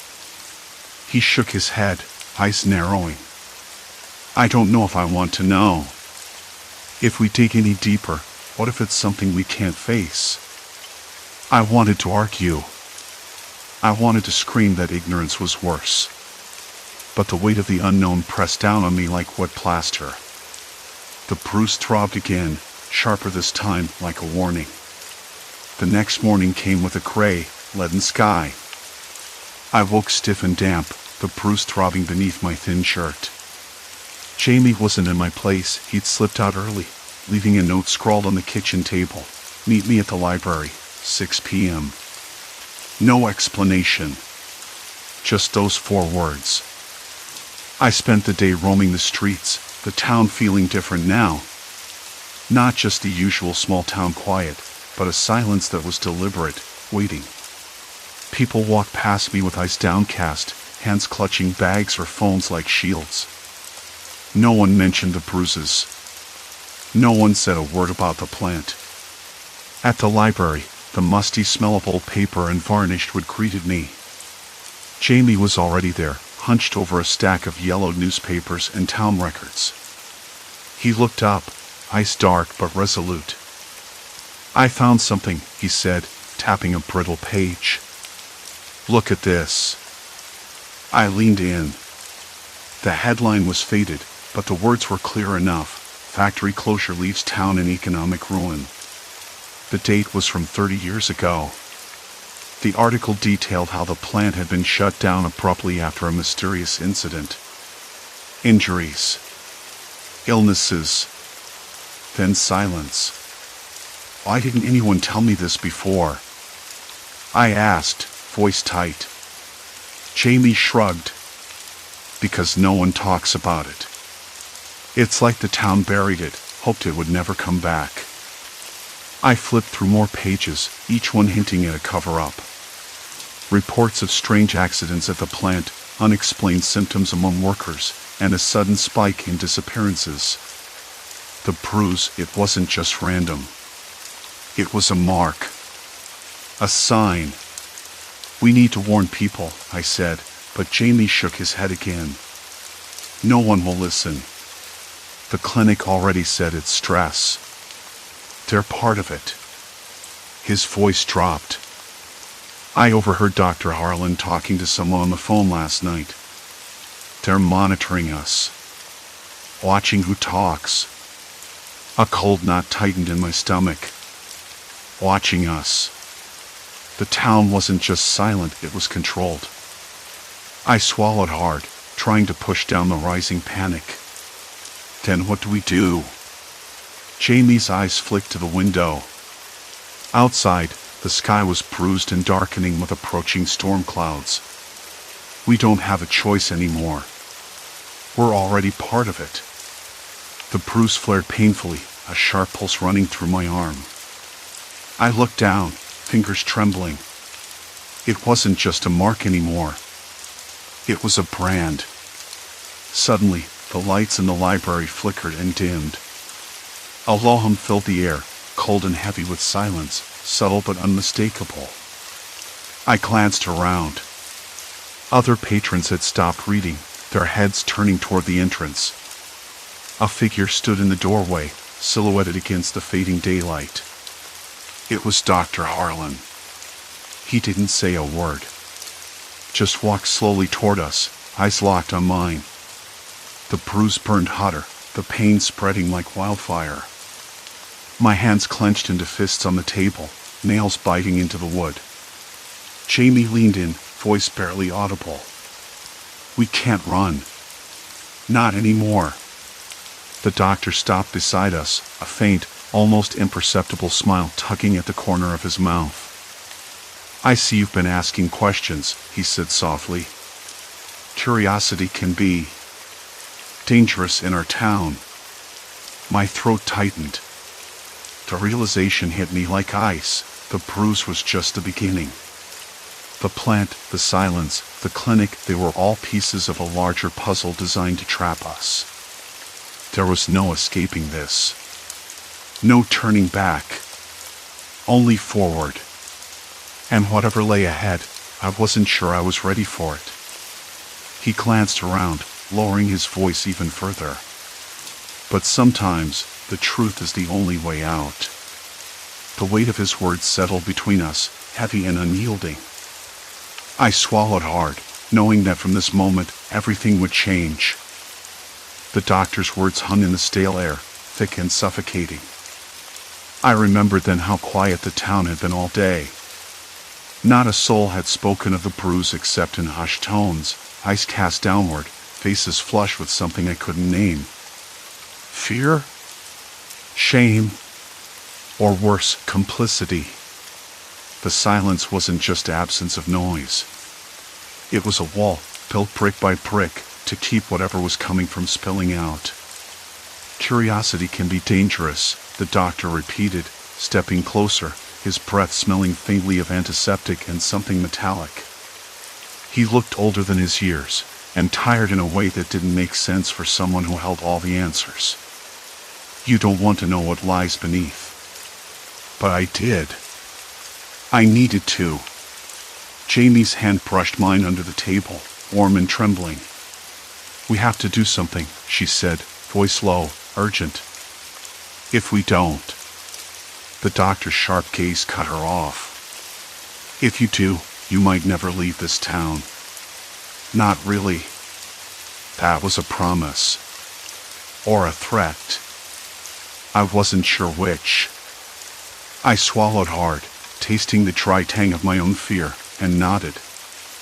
I want to know. He smiled then, the kind of smile that didn't reach the eyes. Good.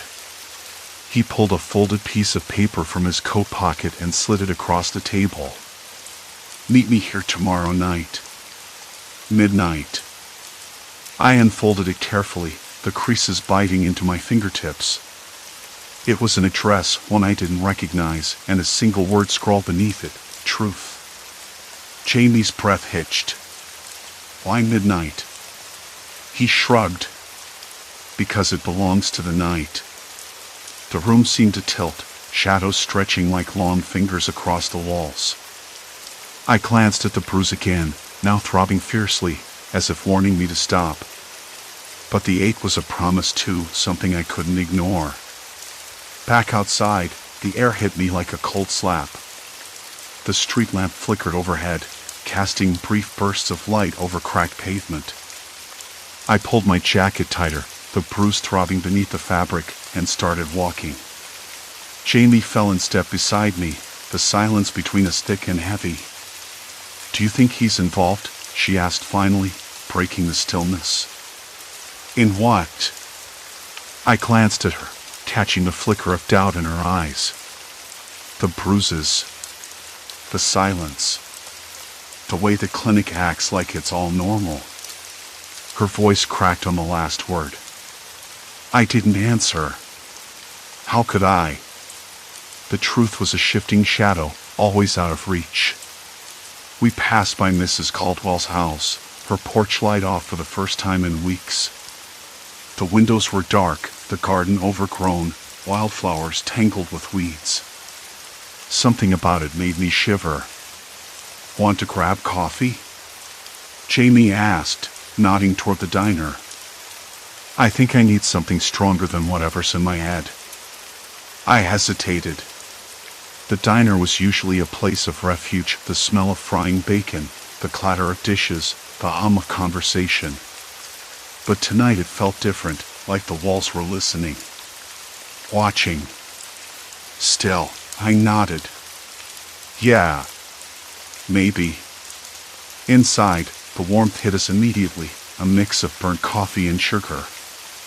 The bell above the door jingled softly as we settled into a booth near the back.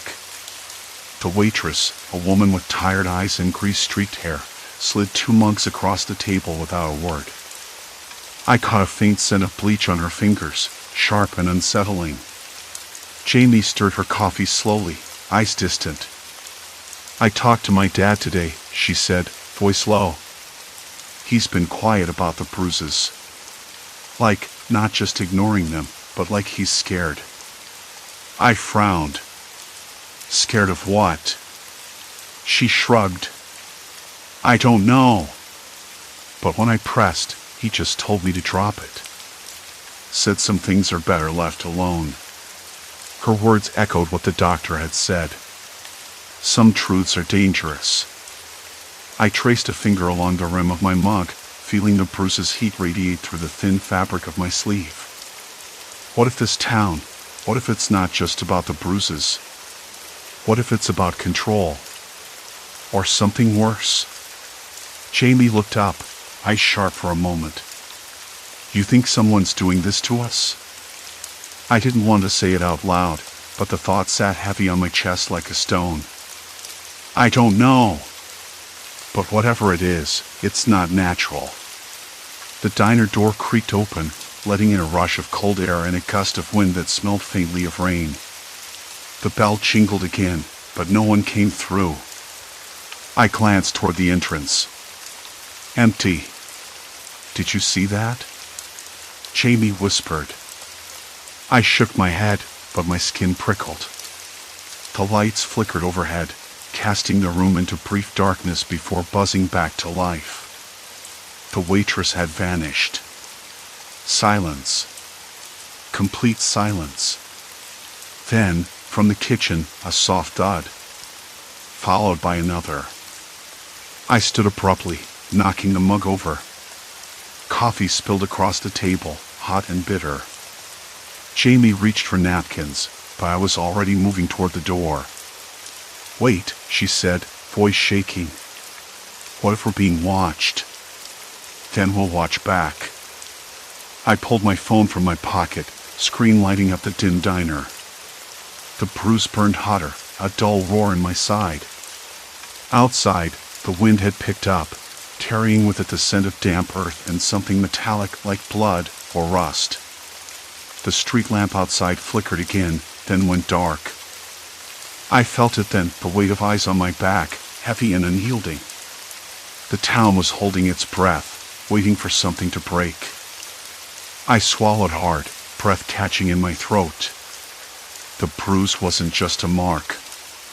It was a signal. A warning.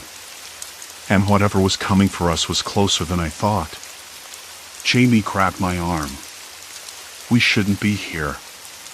"We have to be," I said, voice firm despite the tremor in my hands. "If we don't face it now, we'll never get out." The night stretched before us, dark and endless.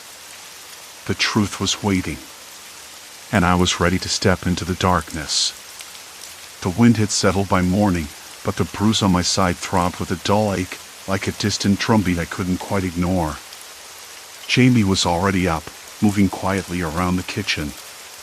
She didn't look at me, but I could hear the tightness in her breath, that same tension I felt twisting my ribs.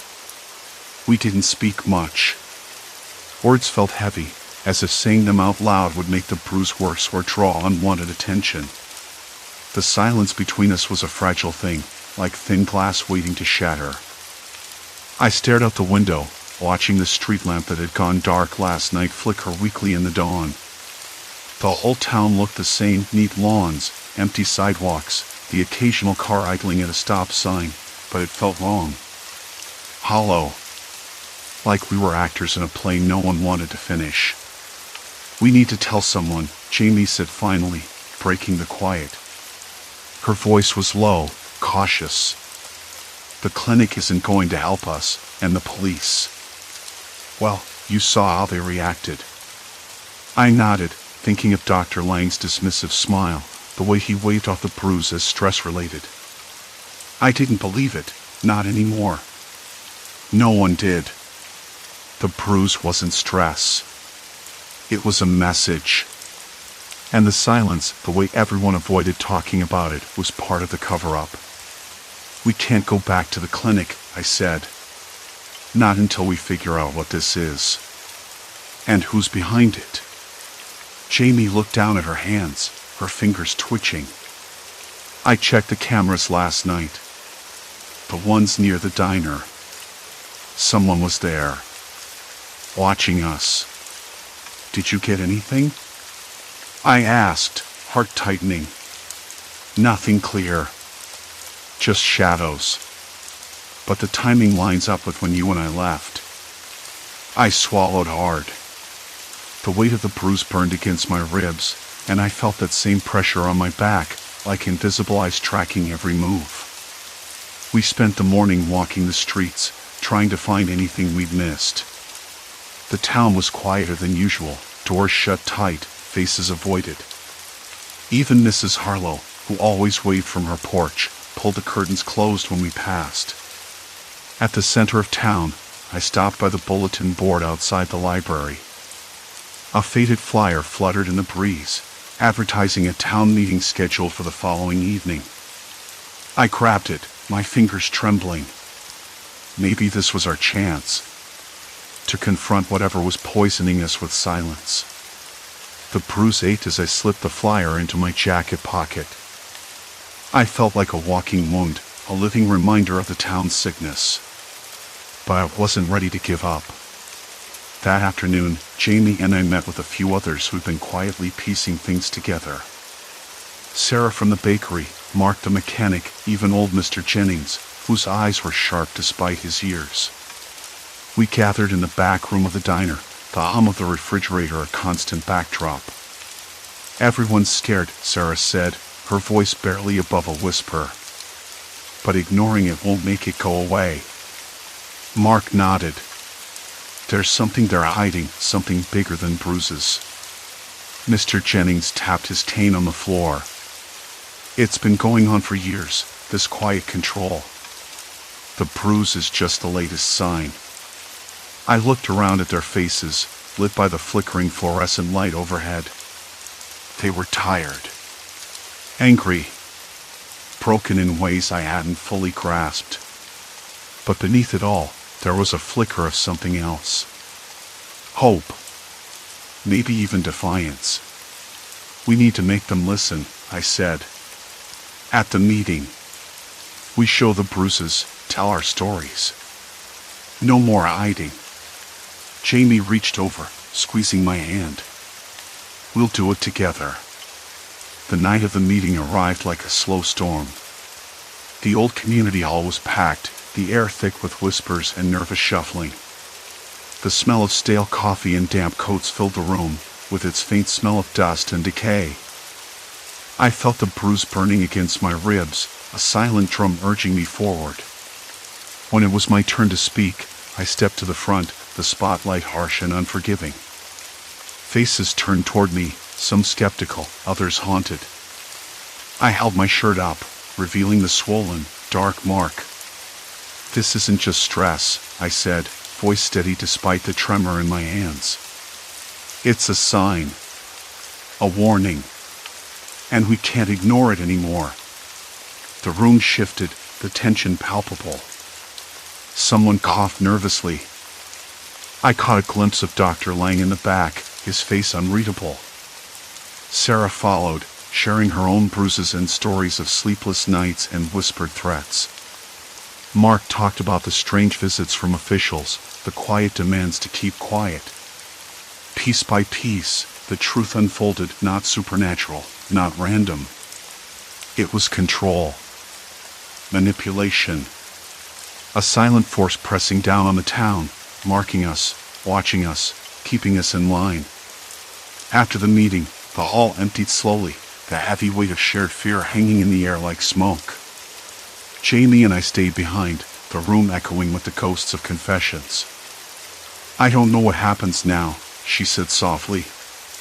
But at least we're not alone.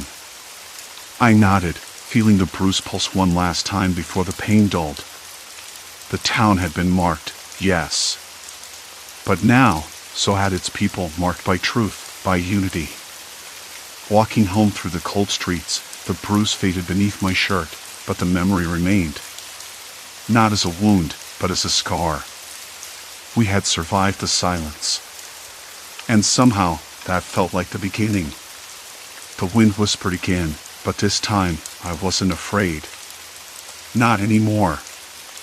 Story 4, Silent Watchers, Unseen Warnings on the Ridge. I shouldn't have been surprised when I saw the man again. The morning air was crisp, the kind of cold that stings your lungs if you breathe too deeply. I'd left camp before sunrise, the sky still a bruised purple, and set off up the narrow ridge trail that zigzagged through the pines and rocky outcrops. The mountain range spread out before me, endless swaths of green and gray fading into hazy blue. I liked this part, the quiet, the sense of being utterly alone with just the snap of twigs underfoot and the distant cry of a hawk. But then I spotted him. He was standing beside a cluster of weathered boulders about half a mile ahead, just off the trail. Someone I hadn't noticed the day before, dressed in a plain dark jacket and worn jeans. His face was obscured by the brim of a cap, but he didn't move, didn't call out, just stood there, watching. His presence felt out of place, like a misplaced chess piece on a board. I blinked, and when I looked again, he was gone. I told myself it was a trick of the light or my imagination. Maybe a hiker who'd started early, or a ranger I hadn't spotted. But I couldn't shake the feeling that it was something else. Something deliberate. The mountain air smelled of pine resin and damp earth, with a faint hint of something metallic, almost sour. I wrinkled my nose and kept walking, telling myself I was being paranoid. Maybe I was just tired. I'd been hiking alone for 3 days now, and the isolation was starting to weigh on me in ways I hadn't expected. I missed the hum of the city, the chatter of people in cafes, the way ordinary life felt safe, even predictable. My pack was heavy on my back, the straps digging into sore shoulders, but I didn't want to stop. I liked to keep moving, to push through the ache, the fatigue. It was what I'd come here for, to clear my head, to find some kind of clarity away from the noise. By late morning, the sun had burned off most of the morning mist, leaving the forest floor dappled with golden light. A chipmunk darted across the path, its tiny feet pattering against the pine needles. I smiled, feeling a flicker of ease.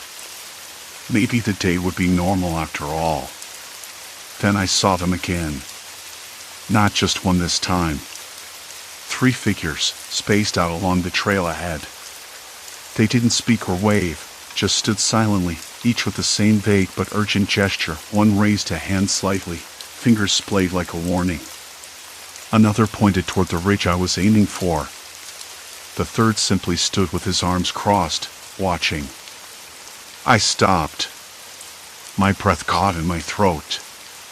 The hair at the back of my neck prickled. The feeling wasn't fear exactly. It was something colder, more insistent. Like a warning whispered from the trees. I called out. "Hey, hello." My voice sounded small, swallowed by the vastness around me. No response. I stepped forward cautiously, trying to get a better look. Their faces were shadowed, indistinct beneath caps and hoods. They looked almost like hikers, but something was off. Their clothes were too plain, too uniform. No backpacks, no gear. Their silence was unnatural. Is this some kind of joke?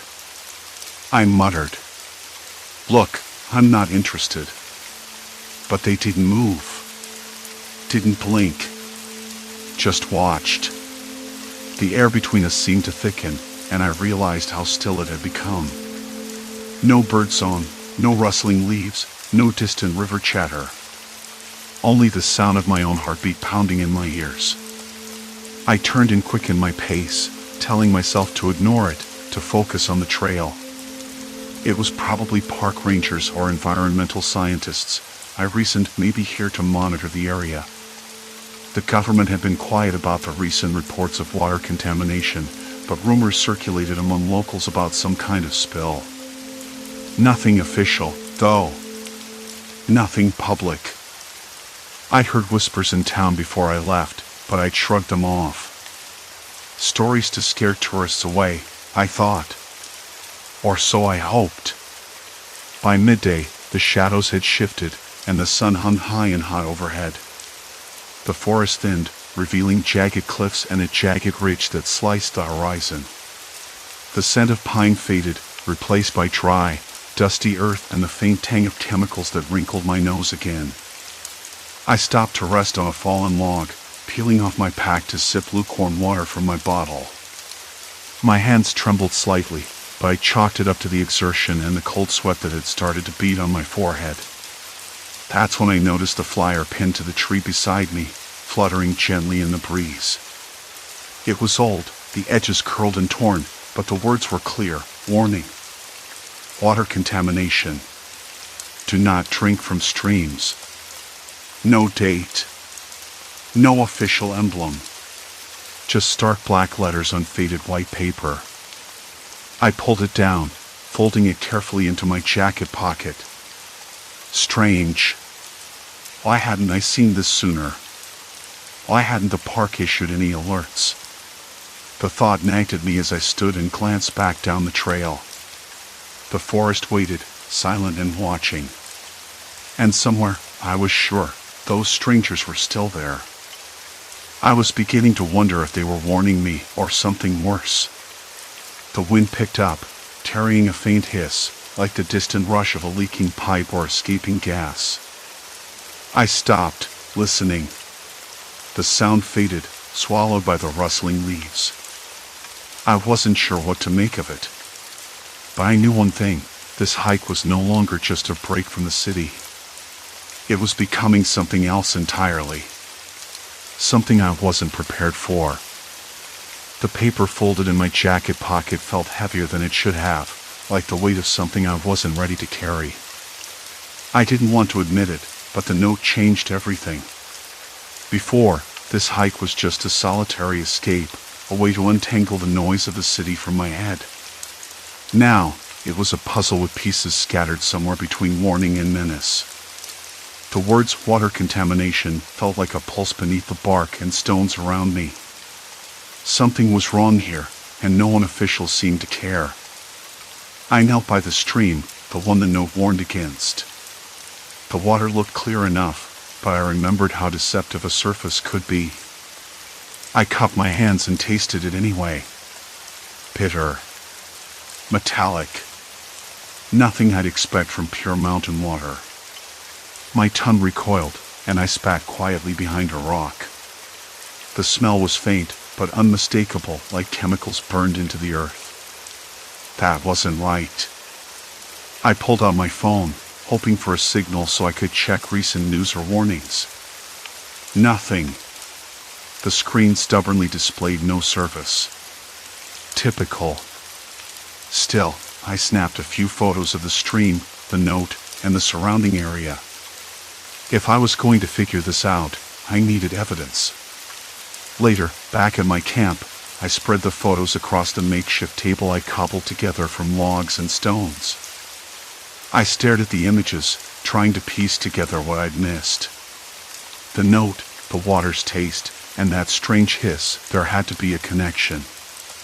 But why was no one else talking about it? Surely, the authorities would step in if the water was contaminated. Maybe they already knew and didn't want to admit it. Or worse, they were suppressing the truth. I pulled my jacket tighter around me as the wind picked up again.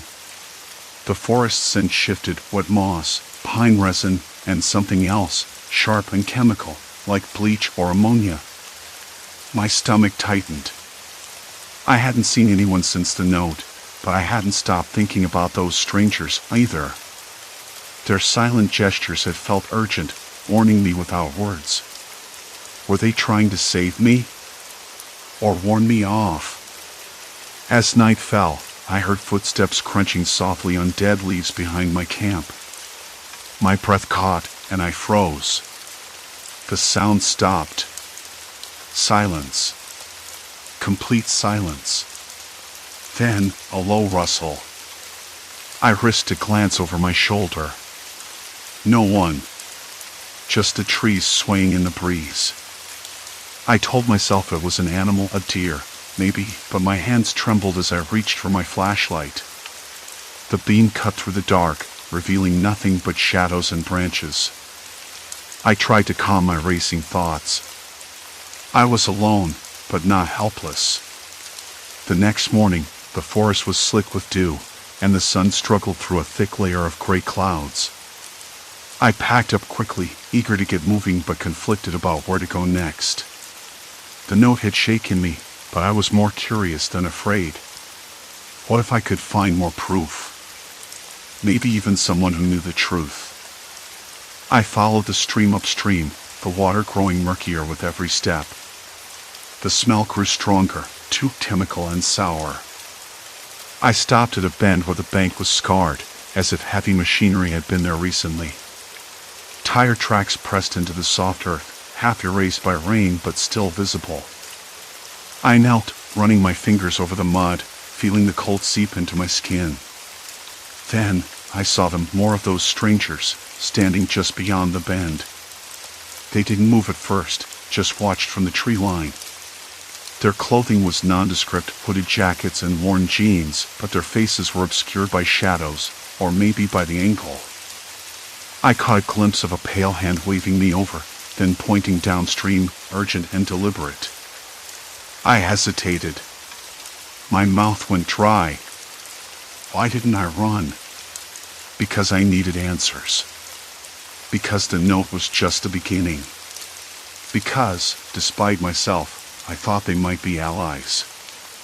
I stepped forward, hands raised slightly, trying to show I meant no harm. The closest figure nodded once, then motioned again, more insistently. I followed, my boots sinking into the mud, senses straining. They led me to a small clearing where a rusted drum lay half buried in the dirt. Nearby, a thin trickle of oily liquid oozed from a cracked pipe embedded in the hillside. The air was thick and sour here, almost suffocating.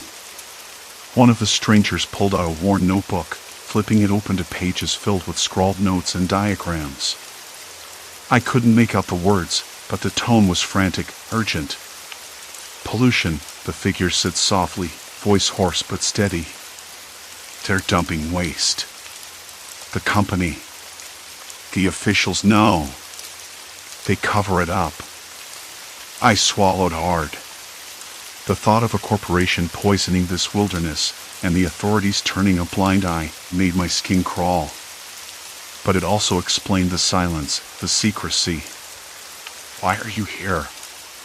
I asked, voice barely above a whisper. Another figure stepped forward. To document. To expose. Before it's too late.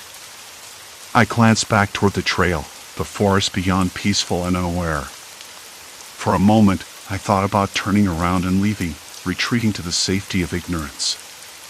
But the taste of that water, the torn warning pinned to the tree, the mysterious strangers, none of it was easy to forget. We have to get this out, I said, more to myself than them. The first figure nodded. But they watch. They don't want this known. Their eyes darkened. You're not safe here. A cold weight settled in my chest. The forest didn't just threaten with nature's indifference. There were others, people, who wanted silence. Who would do what it took to keep this hidden? I looked down at the notebook, then back to the oily stream. The mountain, once a refuge, was a trap. As I stepped back toward the trail, the wind picked up again, carrying a faint, distant hum, metal on metal, machinery running somewhere out of sight. The strangers faded into the trees, their silent warning echoing louder than any shout. I wasn't sure I wanted to stay. But I couldn't leave yet. Not with the storm gathering around me. The night pressed down hard as I stood there, staring at the oily sheen spreading like a bruise across the water's surface. I traced the path back up the slope, the soil soft underfoot, slick with recent rain. The wind was a low murmur now, threading through the branches, carrying a faint metallic groan. That sound hummed in my ears, unrelenting, as if the mountain itself was breathing machinery. I forced myself to keep moving, the cold creeping into my fingers and toes. By the time I reached my makeshift camp, a clearing barely big enough for my tent, darkness had swallowed the sky entirely. Stars blinked faintly, distant and indifferent.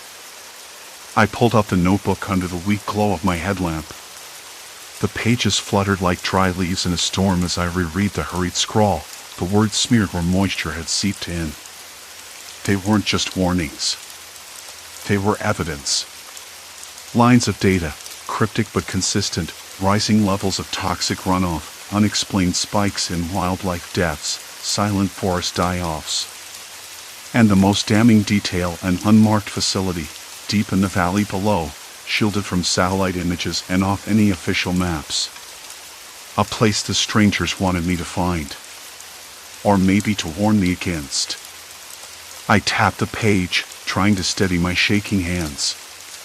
How long had this been happening? Months? Years? And why was no one talking? The local news was silent. No protests, no investigations. Just quiet. Too quiet. I kept hearing the first figure's voice in my mind. They watch. They don't want this known. Dark eyes that seemed to bore straight through the night. I pictured those faces again, blank, urgent, pleading, and the way they gestured toward the valley, the place I hadn't dared to look yet. I wasn't safe here. The words settled like ice in my chest. Sleep was impossible. Every rustle in the trees sent my heart sprinting. Every distant howl, every whistle of the wind was a reminder that I was alone, except I wasn't. Watching eyes, hidden watchers, waiting. I thought about leaving. Turning back down the mountain trail, retreating to ignorance and safety. But the taste of that water, strange and bitter on my tongue, the torn warning pinned to the tree, the silent strangers, they all screamed the same message. If I walked away, I'd be complicit in silence. Morning came with a gray sky and a cold drizzle that soaked through my jacket. I packed quickly, the notebook pressed close, and headed down the ridge toward the valley. The air smelled sour, like rust and chemicals mixed with wet pine. My boots squelched in the mud, leaving uneven prints. Halfway down, I spotted movement ahead, a flash of dull orange, the glint of a reflective vest. Heart hammering, I crouched behind a fallen log and peered forward. 2 men in workwear, faces obscured by caps and scarves, were unloading barrels from a battered truck. The smell hit me immediately, acrid, metallic, and wrong. I swallowed hard. This was no ordinary logging crew. One of the men glanced up sharply, his gaze cutting the air like an item. I ducked lower, breath shallow. Then a third figure appeared from the shadows, a woman this time, mid-30s, her eyes sharp and tired. She spoke quietly, urgently, to the men. I couldn't hear the words, but the gestures were clear. Keep the barrels moving, don't let anyone get close, and above all, stay silent. My mind raced. These weren't just strangers warning me anymore. They were part of a network, workers, enforcers, maybe even whistleblowers themselves. But they were trapped, bound by fear or loyalty or something darker. I had stumbled into a web much bigger than I imagined. I backed away slowly, careful not to snap a twig. The rain thickened, blurring my vision. When I finally broke cover, the valley opened beneath me, an expanse of scarred earth, twisted trees, and the faint, relentless hum of machines somewhere deep inside. I realized with a sinking certainty that the path back was closing fast. The longer I stayed, the more I became part of the story. There was no easy way out. That night, in the cramped shelter I found near an abandoned ranger station, I flicked through the notebook again. A folded map slipped out, worn at the edges, marked with strange symbols and coordinates. One spot was circled in red, the facility below the valley. I couldn't ignore it. Not now. I thought about the stranger's warning, you're not safe here. But I was already past the point of no return. The mountain had me in its grip. And whatever was buried beneath the valley was waiting. Watching. The rain drummed steadily on the tin roof. Outside, the hum grew louder. I had to find that place. I had to know what they were hiding, even if it meant losing everything. Because some truths don't stay buried, and some warnings come too late. I grabbed my coat and stepped into the cold night, the mud sucking at my boots as I made my way down the narrow trail. The hum pulsed in rhythm with my heartbeat, guiding me deeper into the shadows. Trees whispered secrets in the wind, their branches clawing at the dark. Ahead, faint lights flickered, signals or traps, I couldn't tell. But turning back wasn't an option anymore. The air grew thicker, charged with tension, as I approached the source. Fingers trembling, I reached for the rusted gate, then it creaked open. The gate groaned on its hinges, the sound sharp against the steady hum that seemed to pulse from the earth itself. I pushed the gate wider and slipped through. The ground beneath was churned to soggy mud, sucking at my boots like the mountain was trying to claim me for itself. The faint flicker of those lights danced ahead, shifting, never steady enough to be reassuring, never bright enough to offer comfort. I clenched my jaw, reminding myself why I was here. To find out what those strangers knew. To understand the warning tattooed on their faces. You're not safe here. The words echoed, bouncing off unseen walls in my mind. I swallowed hard, forcing my legs to move forward. Up close, the place was worse than I imagined. A cluster of old industrial buildings, half-collapsed roofs sagging under years of neglect. Windows shattered, jagged glass catching the light like teeth. I stepped carefully, boots sliding on slick metal sheets and scattered debris. The hum was louder now, vibrating through the soles of my feet, through the air, thick and oppressive. I reached the main building, its entrance yawning open like a dark wound. Inside, the smell hit me full force, chemicals, rust, and something sickly sweet. My throat tightened, and I blinked away the sting in my eyes. The floor was littered with yellowed papers and broken equipment, remnants of a forgotten project or an abandoned nightmare. A flicker of movement caught my eye. I spun toward the shadow, heart lurching. A figure stood in the corner, barely visible, head bowed but shoulders tense. The stranger raised a hand, fingers trembling, then pointed deeper into the building. No words. No sound. Just that urgent gesture, a silent command to follow. I hesitated. Every instinct screamed to run. But curiosity, stubborn and sharp, pushed me onward. The floor creaked beneath my weight, each step a scrape of metal on concrete. The air grew colder, heavier, as if the building itself was holding its breath. I could hear the hum more clearly now, a low, mechanical drone that seemed to echo from beneath the ground. My skin prickled, the hairs on my arms stood on end. Hello? My voice was barely a whisper, swallowed by the vast emptiness. No reply. Only the faint shuffling of footsteps ahead. I followed, heart hammering. The stranger led me down a narrow corridor, all smeared with peeling paint and streaks of rust. Flickering fluorescent lights cast an unreliable glow, the bulbs buzzing like insects trapped behind glass. I kept glancing over my shoulder, half expecting to see more of those silent watchers materialize from the shadows.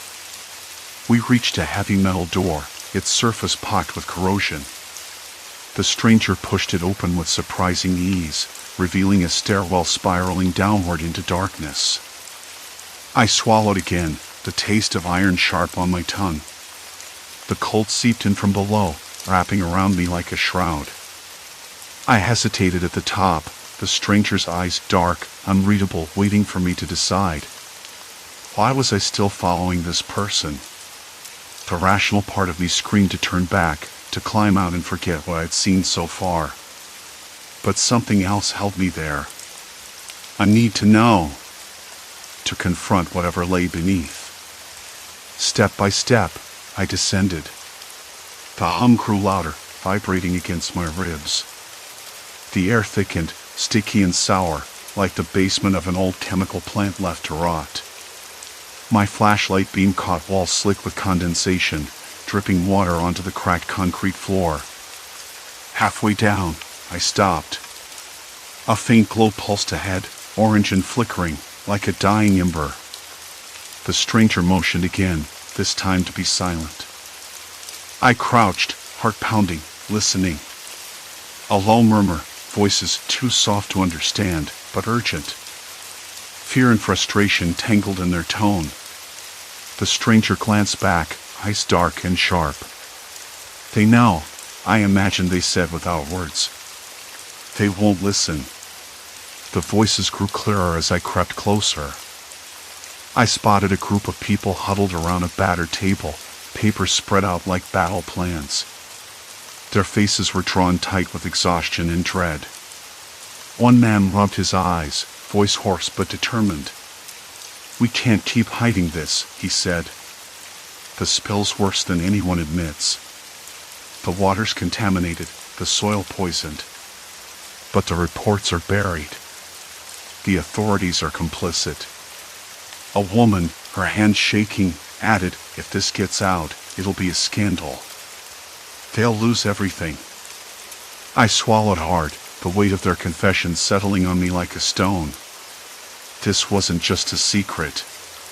It was a slow-moving disaster, a hidden poison eating away at the mountain and its people. The stranger nudged me forward. No time for hesitation. I stepped into the dim light, voice cracking. I know. All heads turned. Surprise. Fear.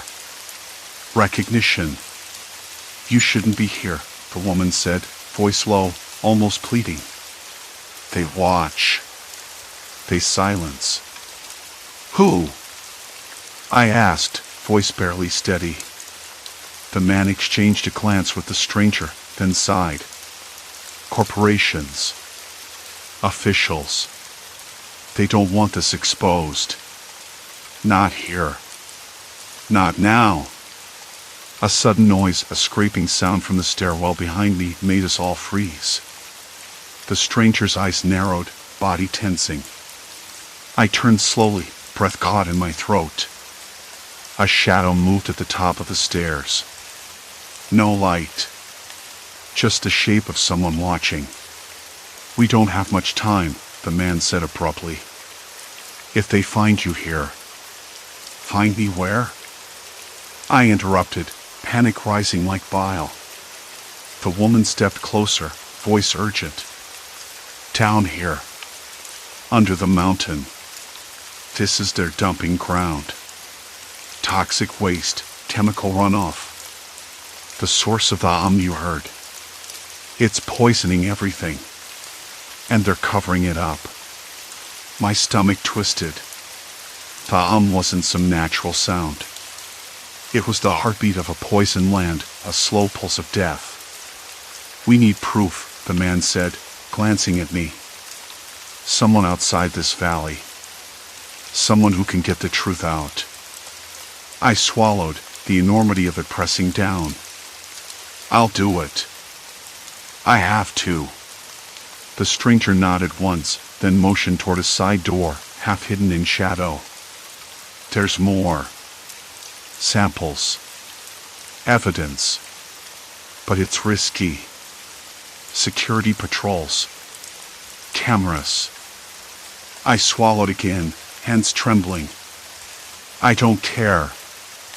I have to see it. The woman hesitated, then pulled open the door. Inside, a small room cluttered with jars, test tubes, and faded maps. I bent down, picking up a jar filled with murky water.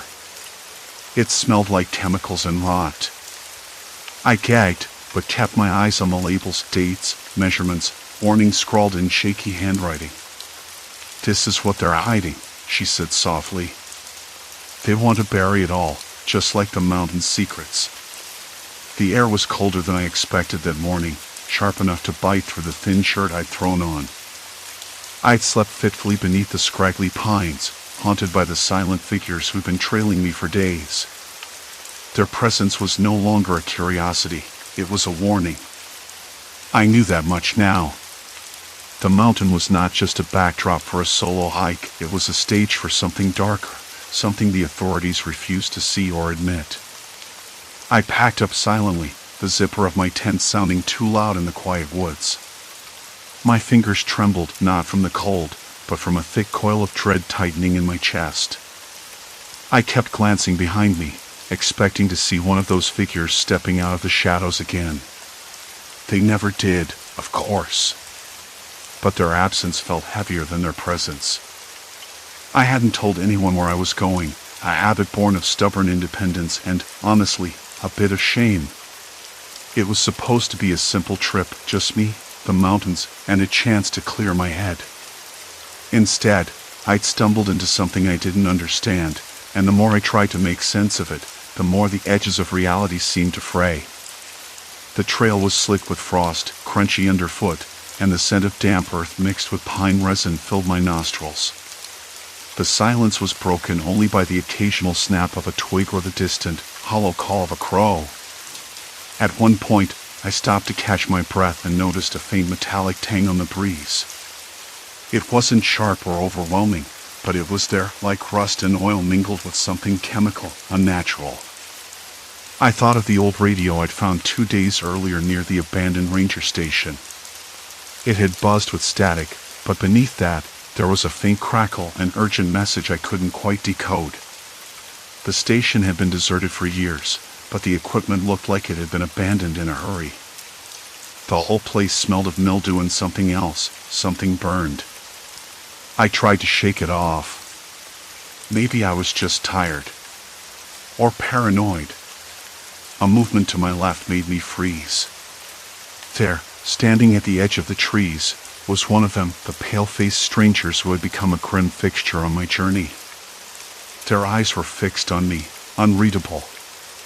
They raised a hand, not in greeting, but in a silent plea.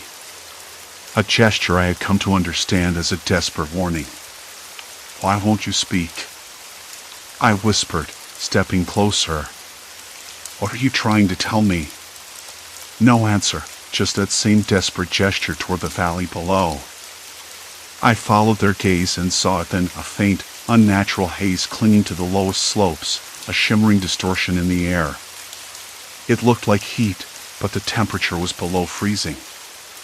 I pulled out my phone, hoping for a signal. Nothing. The screen was stubbornly blank except for the battery icon, mocking me with its dwindling charge. "What's happening down there?" I asked, voice barely audible. "Is it contamination? Pollution? Something leaked?"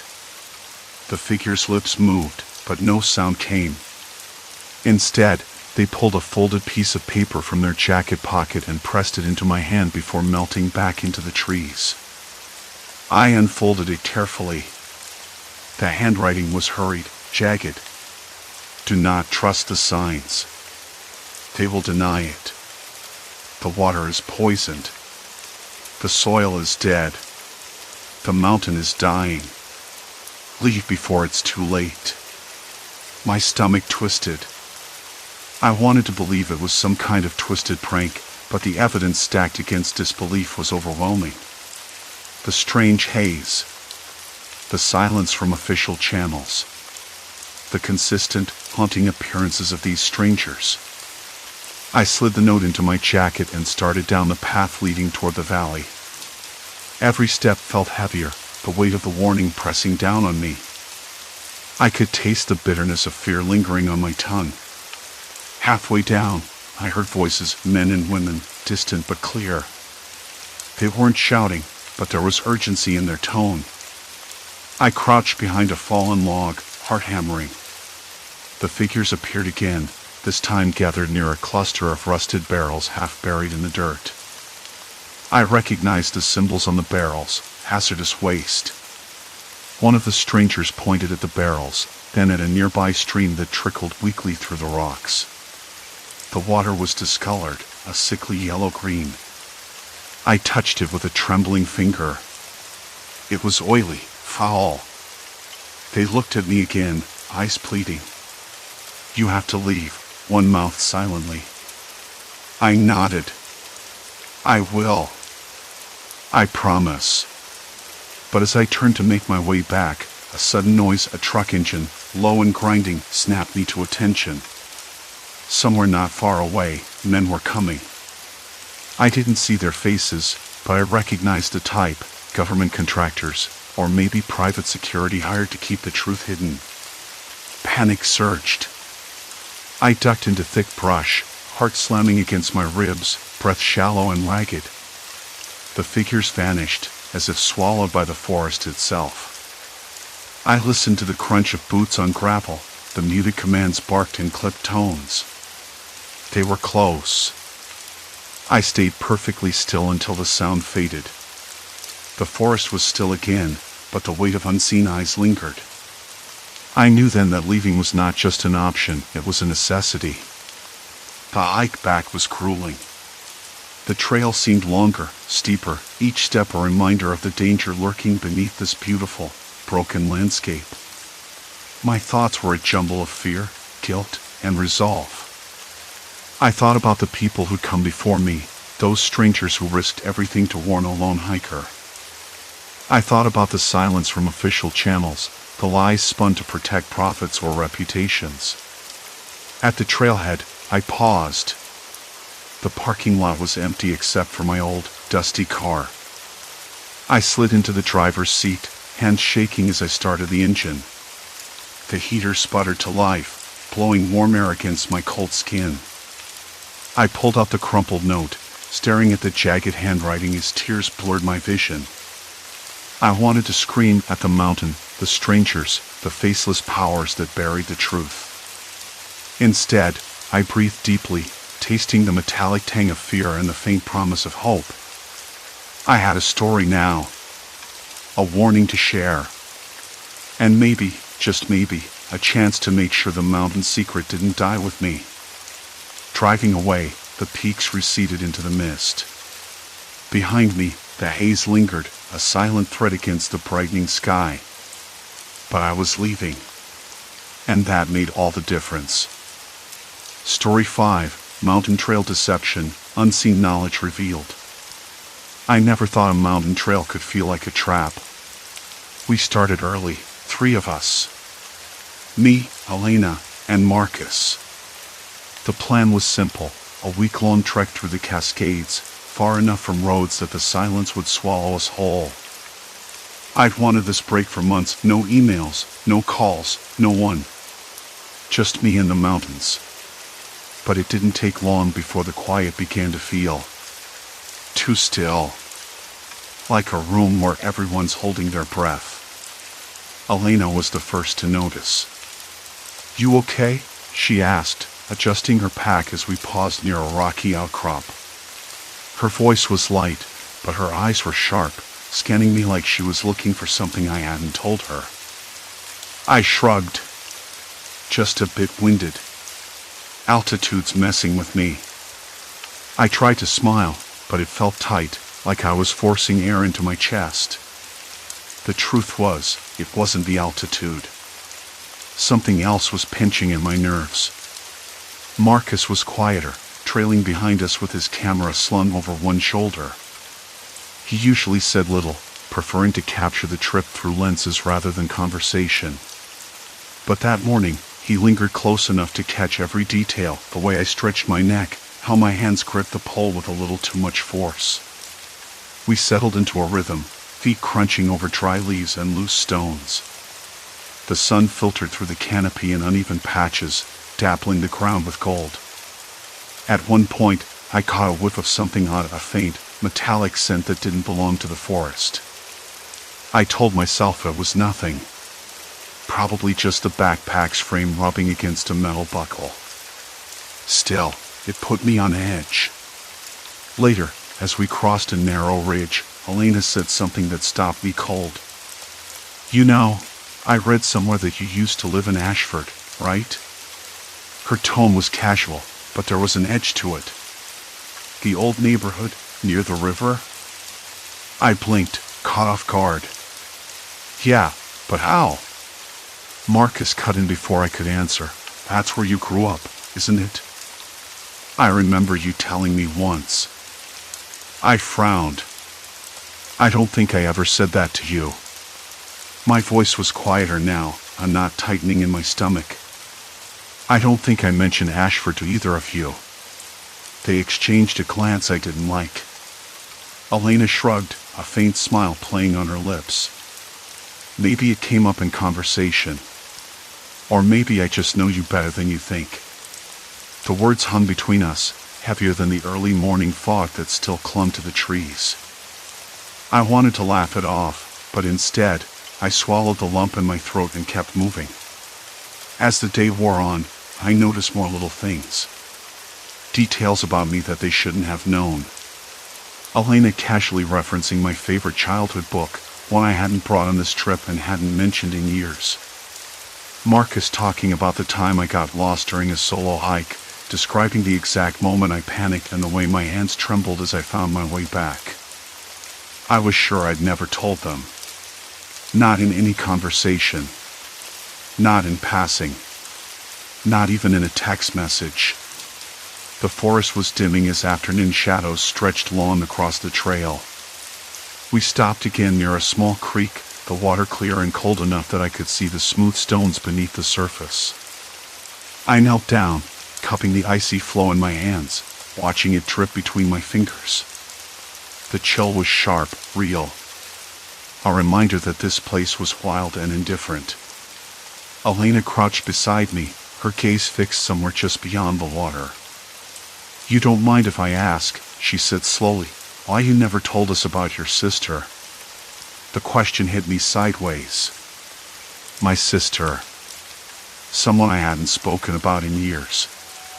The one who disappeared when I was 16. The one who left a hole in my memory that I mostly tried to ignore. "I thought you knew," I said, voice lower than I intended. "It's complicated." Marcus looked up from fiddling with his camera settings. "You never mentioned her." "Not once." I swallowed hard. The cold creek water numbed my fingers, but it couldn't freeze the sudden heat rising in my face. "It's not something I talk about." Elena nodded, but I could tell she wasn't about to let it go. "We're not just hiking buddies, you know. We're here for you. Or at least, I thought we were." I forced a laugh that didn't reach my eyes. "I'm starting to think I don't even know you too." There was a silence then. Not the peaceful kind, but the kind that presses heavy on your chest and makes you question everything. Birds stopped their songs. The wind held its breath. Even the creek seemed to hush. I glanced at Marcus. His face was unreadable, but there was something in his eyes, a flicker of calculation or maybe amusement, that unsettled me more than the questions. "Why don't you tell us everything?" Elena said softly. "We've been watching, you know." Watching. The word echoed in my head, slow and deliberate. Watching. Not just here, on the trail, but long before this trip. Years. My hands clenched into fists at my sides. The forest suddenly felt too small. Too close. Like the trees were leaning in, listening. I wanted to stand up and run, but my legs wouldn't move. I wanted to scream, but my throat was dry. Instead, I looked at them, those smiles, those knowing looks, and realized this wasn't a hike. It was a trap woven over years, step by calculated step. And I had just walked right into it. The forest around us had gone silent. I forced my gaze away from Marcus and Elena, tried to focus on anything else. The rough bark beneath my fingers, the faint scent of pine needles damp with last night's rain, the distant call of a crow breaking the quiet. But their faces, those two perfect smiles, flickered in my vision like a bad dream I couldn't shake. The way Marcus's eyes glinted, half amusement, half calculation, made my skin crawl. Am I imagining that? No, it was real. Too real. I swallowed hard, the dry scrape in my throat making me wince. "What do you mean, watching? How? Why?" Elena shrugged, that calm, measured shrug that somehow felt like a threat. "Let's just say your past isn't as private as you think. We've known things only you should have known. Things only you told one person. And yet, here we are." I blinked. "That's impossible. I've never told either of you anything personal. I don't even know your real names." Marcus laughed softly, a sound without humor. "You really think this is a coincidence? That we just happened to pick this trail, this time, with you? No. We planned every step. Every word. Every moment. I wanted to stand up, to back away, to run. But my legs were leaden, stuck in place by something I couldn't name. The forest felt too tight, the trees leaning closer, eavesdropping on my panic. My heartbeat thundered in my ears. I could taste the sharp tang of fear, metallic and bitter. "Why?" I whispered, voice barely more than a breath. Elena's smile didn't waver. "Because you left something behind. Something we want back." I shook my head, frustration bubbling like hot steam. "I don't understand." What are you talking about? Marcus stepped closer, his shadow stretching over my boots. You will. Soon enough. I looked to the sky. The sun was dipping behind the jagged peaks, the last light bleeding out like a wound. Shadows pulled beneath the trees, thickening like ink. The air had turned colder, sharper. The wind whispered through the branches, carrying a faint chill that pricked at my skin. We need to move, Elena said abruptly. There's a clearing a mile ahead. We'll camp there. We can talk more, then. I nodded, though the knot in my stomach tightened. Moving meant following them deeper into whatever trap this was. Standing still meant facing the unknown, alone. The trail was narrow and uneven, strewn with roots and slick stones. My boots slipped once, and I cursed under my breath, a sharp, quick sound that seemed loud in the growing darkness. Behind me, the crunch of leaves told me Marcus was watching every falter. Elena was silent, like a shadow slipping silently between trees. My mind raced. How long had they been watching? Years. They knew about the one person I trusted with everything, the person I'd lost. And now, they were here, lurking in these remote mountains, turning my life into a carefully crafted nightmare. I tried to catch their eyes, searching for any hint of mercy or reason. There was none. Only cold amusement and something else, pleasure, perhaps. Or the satisfaction of power. As we walked, I noticed small things. A smooth stone placed oddly on the path, as if marking a boundary. A broken twig snapped just behind me, though no one moved. The scent of something faint, cigarette smoke, lingering in the air, though none of us smoked. These weren't accidents. They were signs. At one point, I stopped to rest against a tree, the rough bark pressing into my back like a reminder I was trapped. My hands trembled despite my efforts to steady them. I could feel their eyes on me, waiting, studying. Why me? I asked quietly, almost to myself. Elena crouched beside me, voice low. Because you remember. Because you took something from us. And we want it back. Her words hit harder than any blow. Memories I'd buried deep rose up like ghosts, names, places, moments I thought no one else knew. How had they found out? Who had betrayed me? I glanced at Marcus. He looked almost bored, like this was a game he'd played too many times before. You think you can scare me? He smiled, slow and deliberate. Not scare. Control. The wind picked up, carrying the scent of wet earth and pine resin. Leaves rustled, whispering secrets I couldn't decode. The darkness crept closer, swallowing the edges of the trail. I wanted to believe I could outsmart them, that I could find a way out. But the truth settled like a stone in my gut. I was already in too deep. Night fell fully as we reached the clearing, a wide circle surrounded by ancient trees whose branches tangled like fingers overhead. Moonlight filtered through in pale shafts, dust motes hovering like tiny spirits. Elena and Marcus set their packs down with deliberate ease, as if they belonged here, as if this was their domain. I sat on a fallen log, the rough wood biting through my jeans. My throat was dry, my hands still shaking. I tried to piece together what I knew and what I didn't. They had been watching me for years. They knew my secrets. They were patient, methodical, and terrifyingly calm. And now, they wanted something from me. Something I couldn't remember giving. Tell us about the night you left the city, Marcus said suddenly, breaking the silence.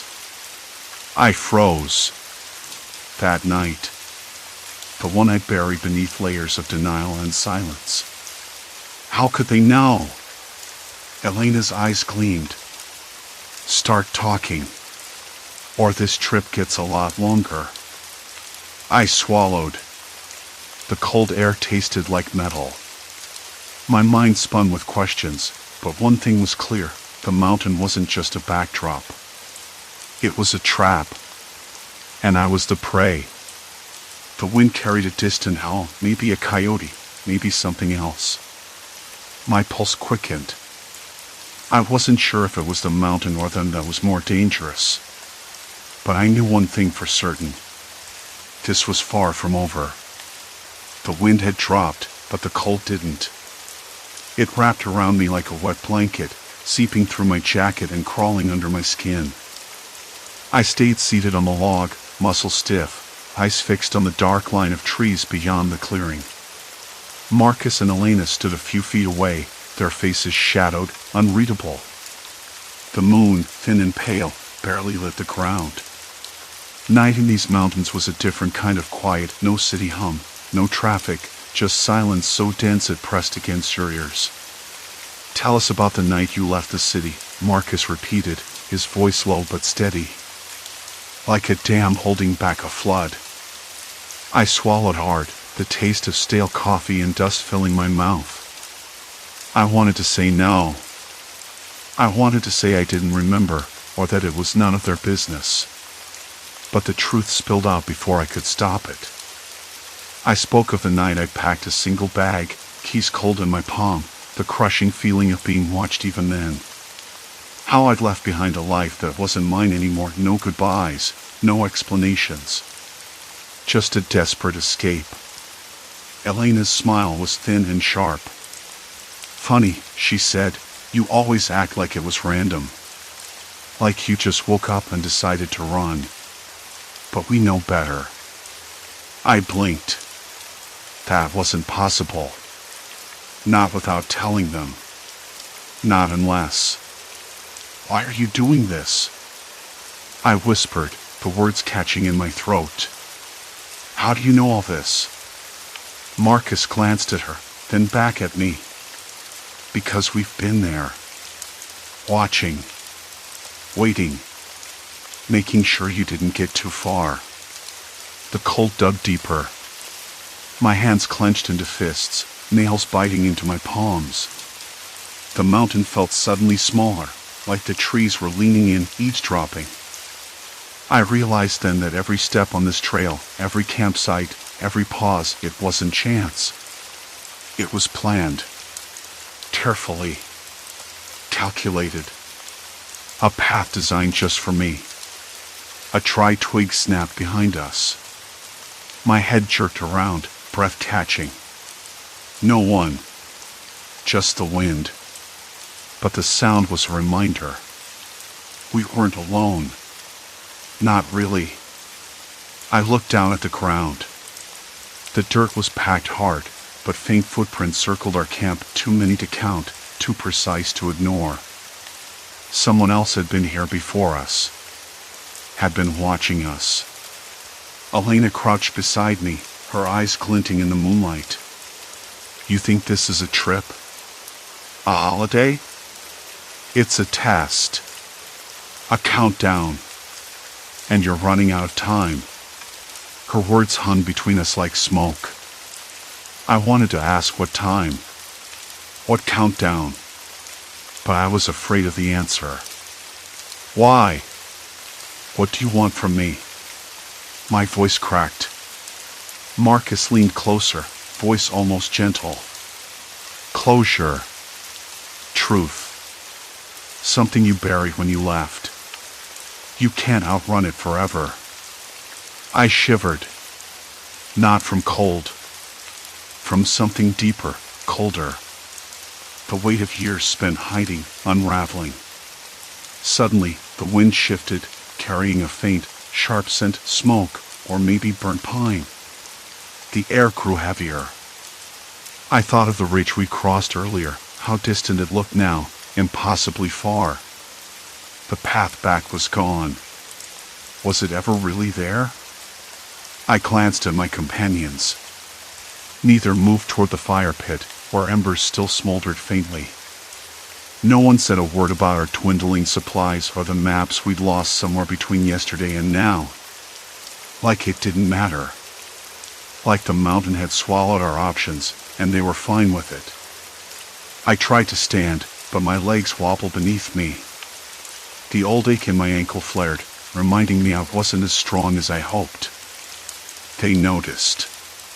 Elena's smirk deepened. "You're not as in control as you think," she said softly. "Not out here." I clenched my jaw. The urge to run, really run, was nearly unbearable. But run where? The dense forest stretched endlessly, and the nearest town was hours away by car, even if I made it to the road. That road was a maze of curves and cliffs I barely trusted in daylight, let alone now. Marcus shifted, pulling out a small, folded piece of paper from his jacket. "Look at this." I took it reluctantly, unfolding the creased sheet. It was a photograph of me, younger, at a crowded family barbecue. But in the background, a figure stood apart, watching. Someone I didn't recognize. "Who's that?" I asked, voice barely above a whisper. "Someone who's been close all along," Marcus said. "Someone you never saw." My stomach twisted. I scanned the photo again. The figure's face was obscured, but the posture, the way they held themselves, it was deliberate. Calculated. Elena crouched next to me, voice low. "They're part of this. Part of why you're here." I folded the photo carefully, feeling the weight of unseen eyes pressing down on me from years past. The realization settled in like a stone in my gut. This wasn't just about the mountain, or the trip, or even just me. It was about something I'd run from, something that had followed me here, cloaked in shadows and patience. The wind picked up again, rattling the dry leaves. Somewhere in the distance, a dog barked, sharp and sudden. The sound echoed off the ridges, then faded into silence. "I'm done talking," I said, voice firmer now. "If this is a game, I don't want to play." Marcus smiled, but it didn't reach his eyes. "You don't get to decide." Elena stood, brushing dirt from her pants. "You're past the point of no return. This mountain, this trip, it's not just a trap. It's a sentence. And the verdict's already been made." I stared at the dark trail winding deeper into the forest, the path that led nowhere but forward. Behind me, the flickering shadows of my companions seemed to stretch longer with the night. I wanted to believe I could turn back. I wanted to believe any of this could be undone. But the mountain had other plans. And so did they. I rose slowly, the cold biting through my clothes, into my bones. Every instinct screamed to run. But I stayed. Because whatever was waiting for me beyond those trees wasn't just a threat. It was the past coming for me, finally catching up. The thought chilled me to the bone. I took a shaky breath and stepped forward. The darkness swallowed me whole. The trees pressed in tighter, their branches clawing at the dark. Behind me, the flickering shadows of Marcus and Elena loomed like ghosts, their faces unreadable in the weak glow of the dying flashlight. I wanted to glance back, to beg for a reprieve, but my eyes stayed fixed on the narrow trail ahead, the one that led deeper into this godforsaken forest and whatever trap they'd set for me. "You think this is the end?" Elena's voice was low, almost a whisper, but it carried weight. "You don't get to question the verdict." I swallowed hard, the cold settling in my stomach like a stone. "What verdict?" I asked, voice cracking, though I didn't expect a clear answer. Marcus stepped forward, the crunch of his boots on dry leaves loud and deliberate. "The one you handed yourself years ago. You just never knew it until now." I blinked. "I don't understand." "Of course you don't," Elena said. Her eyes glittered in the dark. "We've been watching you. All of you. Every misstep, every lie. Every secret you thought was buried. I wanted to deny it. To claim I was imagining things, or that they were some kind of deranged stalkers who pieced together scraps of my life from public records or social media. But the way they spoke, like they had every detail memorized, made my skin crawl. Marcus smiled again, that same thin, cold smile. Remember the accident? The one you told no one about? My throat tightened. The memory stabbed at me like a fresh wound. The crash, the silence in the hospital room, the guilt I buried deep. How do you know about that? I whispered, voice barely audible. Elena's smile was sharper, crueler. Because we were there. Not in the hospital, but close enough. Watching. Waiting. I could hear my own heartbeat pounding in my ears, drowning out the sound that seemed to vibrate in my bonus of the night. The cold wrapped around my fingers, numbing them, making me want to pull them inside my sleeves. I wanted to run. I wanted to scream. But I didn't move. Why? I asked, the single word barely recognizable even to myself. Marcus shrugged. Because you're not who you think you are. Because you've been running from something far bigger than guilt or regret. Elena took a step closer, and the smell of her perfume, something sharp, floral, almost sickly sweet, hit me full force. You see, this mountain isn't just a trap. It's a crucible. And tonight, you're going to burn. The words hung in the air, heavy and suffocating. I blinked again, trying to clear the growing fog in my mind. Was this some kind of sick game?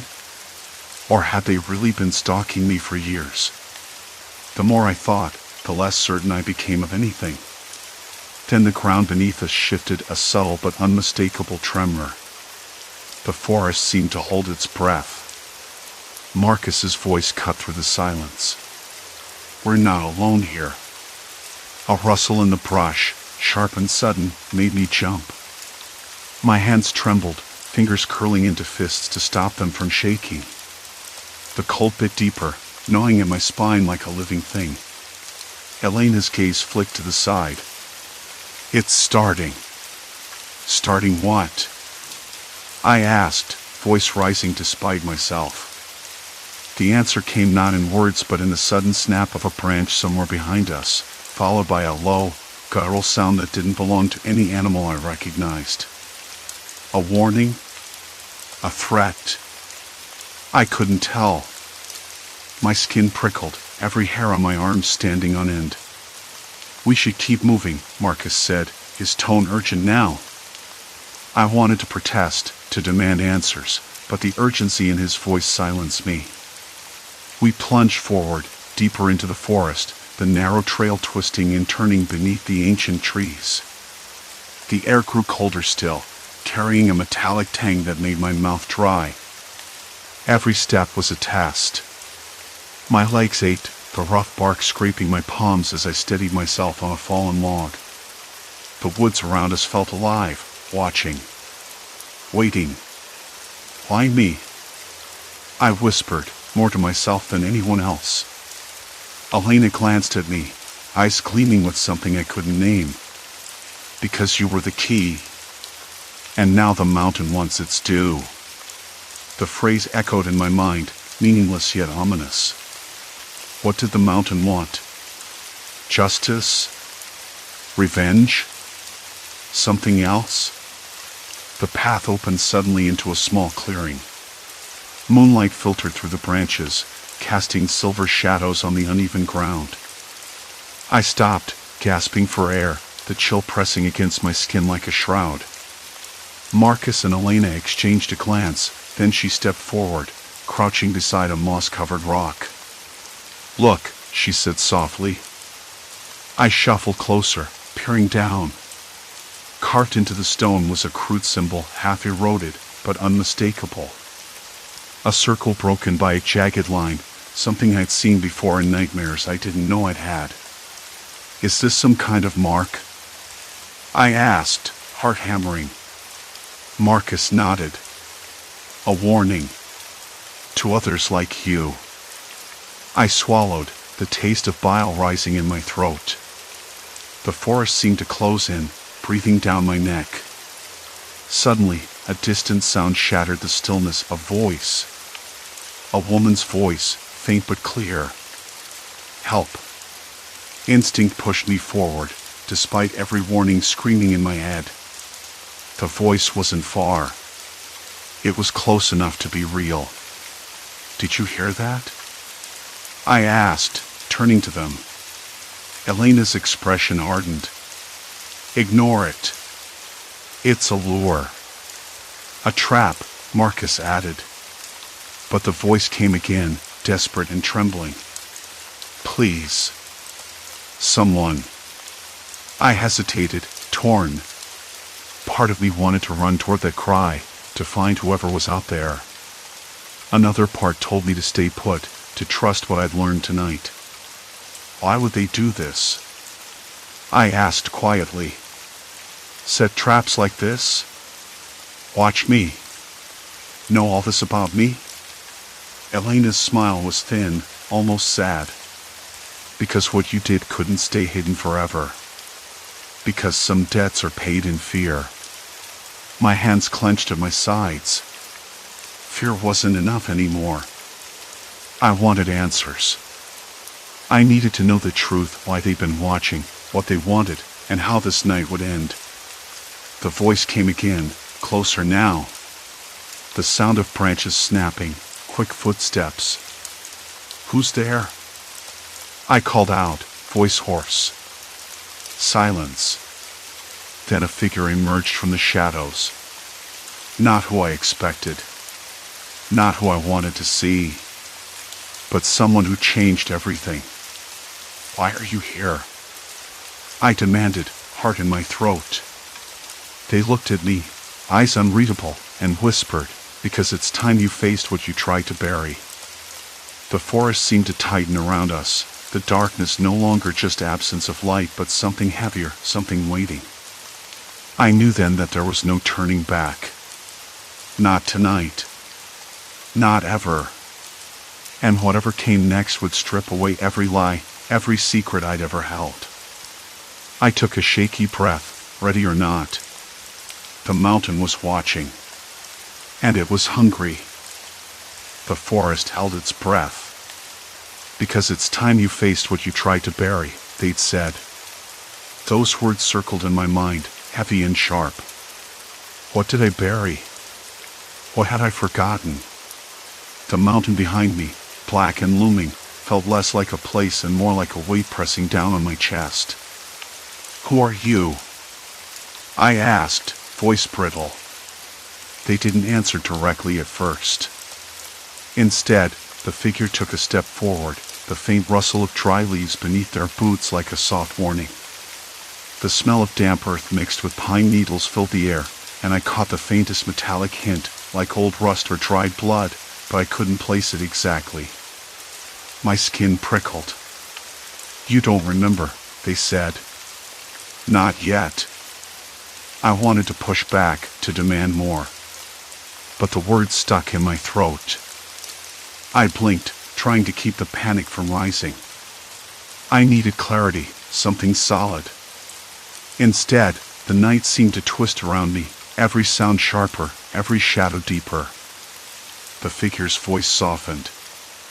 You think this is about the mountain, about the trip. It's not. It's about you. Me. All of us. Confusion tangled with exhaustion. I took a step back, almost tripping over a gnarled root. The cold dampness of the ground seeped through my worn boots. The air was thick now, almost suffocating. I don't understand, I said. Why all this? Why watch me? Why now? They hesitated, then pulled something from their jacket, a small, folded piece of paper. The edges were frayed, the ink smudged. With a shaky hand, I took it. My name was scrawled across it, followed by a date and a place I hadn't thought about in years. The handwriting was familiar, impossibly so, but I couldn't place it. You've been running, the figure said quietly. From yourself, from what happened. From us. The night's silence deepened. Somewhere far off, a dog barked, sharp and lonely. The cold bit at my fingers as I unfolded the paper again, tracing the letters with trembling fingertips. Memories, dark shards, rushed back. Faces I tried to forget. Mistakes I'd bury beneath layers of excuses. And the people I thought were strangers, now standing right in front of me, knowing all of it. You followed me, I whispered, disbelief burning in my throat. They nodded. We needed you to remember. To stop running. I wanted to ask why. I wanted answers that wouldn't come.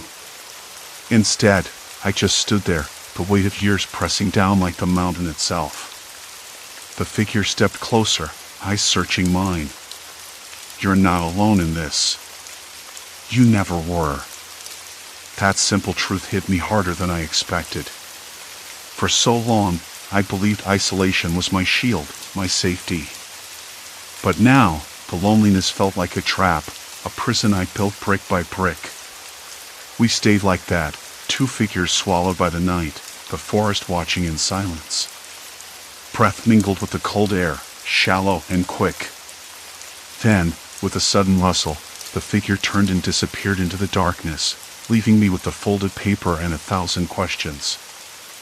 I didn't move for a long time. The night had thinned, the first hints of dawn brushing the horizon with a pale, uncertain light. The air smelled fresher now, sharper, as if the world were waking from a long, uneasy dream. I folded the paper carefully, slipping it into my jacket pocket. My legs ached from the cold and the tension, but I forced myself to stand. The mountain was still there, silent and immense, but something had shifted inside me. The path ahead wasn't clear. There were no easy answers waiting in the morning light. But I knew one thing, I couldn't run anymore.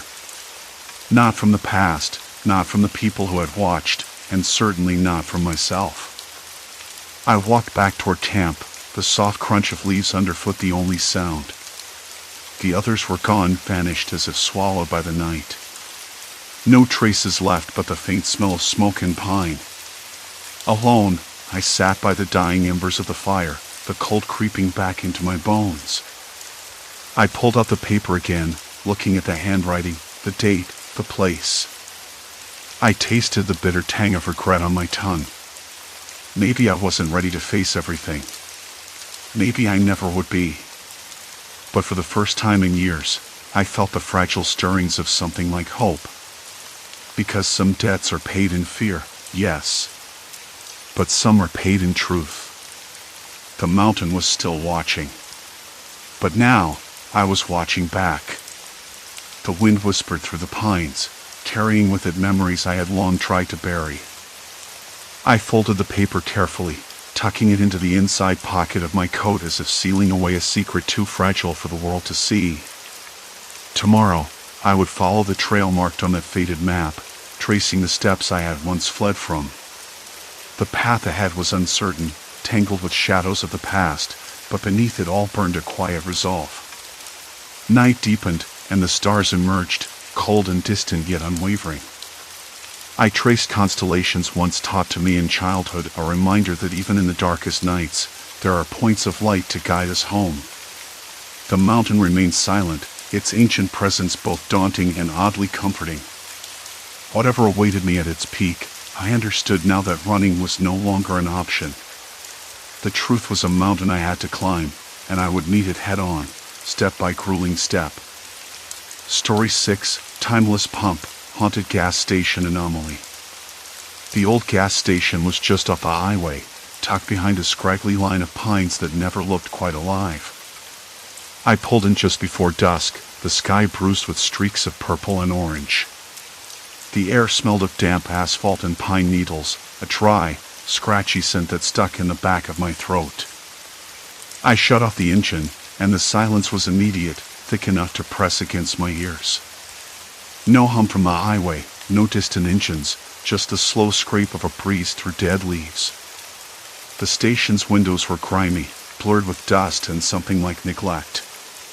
Inside, the fluorescent lights flickered unevenly, casting a jaundiced glow that made the plastic of the chairs in the waiting area look brittle. I stepped inside, the bell above the door giving a sharp, tinny jingle. The floor creaked beneath my boots as I crossed the threshold. Behind the counter was an old man, or at least I assumed he was old. His hair was thin and gray, combed back in a way that made him look perpetually surprised. He didn't look up when I entered, just kept peeling an orange with slow, deliberate movements, the smell sharp and citrusy in the cramped space. The peeling sound was strangely loud in the quiet. "Evenin'," I said, trying to keep my voice casual. He glanced up, eyes settling on me before flicking back to the orange. "Need a fill-up?" "Yeah. Regular, please." He nodded, still peeling, then pointed toward the pumps. I took my time walking out, the wooden floorboards groaning beneath each step. Outside, the wind had picked up, carrying with it a faint rustling that sounded almost like whispers. I shook my head, trying to dismiss the feeling that something was off. The pumps looked frozen in time. One of the clocks embedded in the station's wall caught my eye, a round, yellow dial with black hands spinning lazily. But the date below it was what stopped me cold. 1983, that couldn't be right. I glanced again, rubbing my eyes. The numbers hadn't changed. Inside the station, the same clock showed a different year, 1991. I blinked, stepping back into the dim light. I must have misread it. Maybe someone had left an old calendar up, I thought. But then I noticed the newspaper clippings pinned to the bulletin board behind the counter. They looked ancient, yellowed and brittle at the edges. The headlines screamed of disasters I'd never heard of: massive floods, strange power outages, economic collapses. The dates on those papers were all from decades ago. 1983, then 1991, and other years I only recognized from history books. I felt a chill despite the warm air. My hands trembled slightly as I reached for the pump handle. The old man watched, his eyes unreadable. "You notice the clocks?" he asked, voice low. I hesitated. "Yeah. They don't match." He shrugged. "They've been like that as long as I've worked here. Time's funny around these parts." I wanted to laugh, but something in his tone stopped me. Not a joke. Not a story. Just a simple statement. I shook my head, pulling the pump nozzle toward my car. The smell of gasoline was sharp and acrid, biting at my nostrils. As the tank filled, I glanced back toward the station again. The clock on the wall had shifted. Now it read 1998. I blinked. Maybe it was the flickering lights playing tricks on me. But then the old man cleared his throat. "Careful with that fuel. It's not like the stuff you get down the road." I looked up, meeting his gaze. Something in his eyes was warning me. Something I couldn't quite place. "What do you mean?" He shrugged again, but his hands tightened around the orange peel. "It's different. People say it messes with your head. Makes you see things you shouldn't. Or forget things you've already lived." I laughed nervously. Sounds like a bad roadside legend. Maybe. Or maybe it's just the way this place holds onto time. He paused, then nodded toward the clocks again. "Watch the years. They're catching up." I swallowed hard, the hairs on the back of my neck rising. The air felt heavier now, as if the station itself was holding its breath. I finished pumping and stepped back, the tank full. The old man handed me a receipt, the paper crackling under my fingers. Date printed at the top, October 12th, 2001. That was strange, too. Today was the 15th. I folded the receipt slowly, the edges crisp and cold. The old man's eyes followed me as I slid into the driver's seat and started the car. "Drive safe," he called out softly, almost as if he was saying goodbye. I pulled away, the tires crunching on gravel. The clocks inside the station ticked behind me, each one frozen in a different year, each one whispering warnings I couldn't yet understand. The road stretched ahead, empty except for shadows and the fading light. I didn't know it then, but the fuel I just bought wasn't the only thing that was draining. Not by a long shot. The engine's hum felt heavier with every mile, as if the car itself was burdened by unseen weight. The sky darkened, clouds rolling in like an ominous tide ready to swallow the horizon. Somewhere deep inside me, a quiet unease settled, gnawing at the edges of my resolve. Whatever lay ahead wasn't just a destination, it was a reckoning. The next morning, the sky was a pale gray wash, the kind that presses down on your shoulders and makes everything feel just a little heavier. I knew I couldn't just ignore it. Something was wrong. Not supernatural, no. Too real for that. But real enough to make me question what I could trust. The fuel I bought, the way it felt like it was pulling something out of me, not just my car's tank, kept twisting in my gut. I needed answers. Or at least more pieces of the puzzle. I pulled on jeans and an old sweatshirt, the fabric rough against my skin, and headed out before the house was fully awake.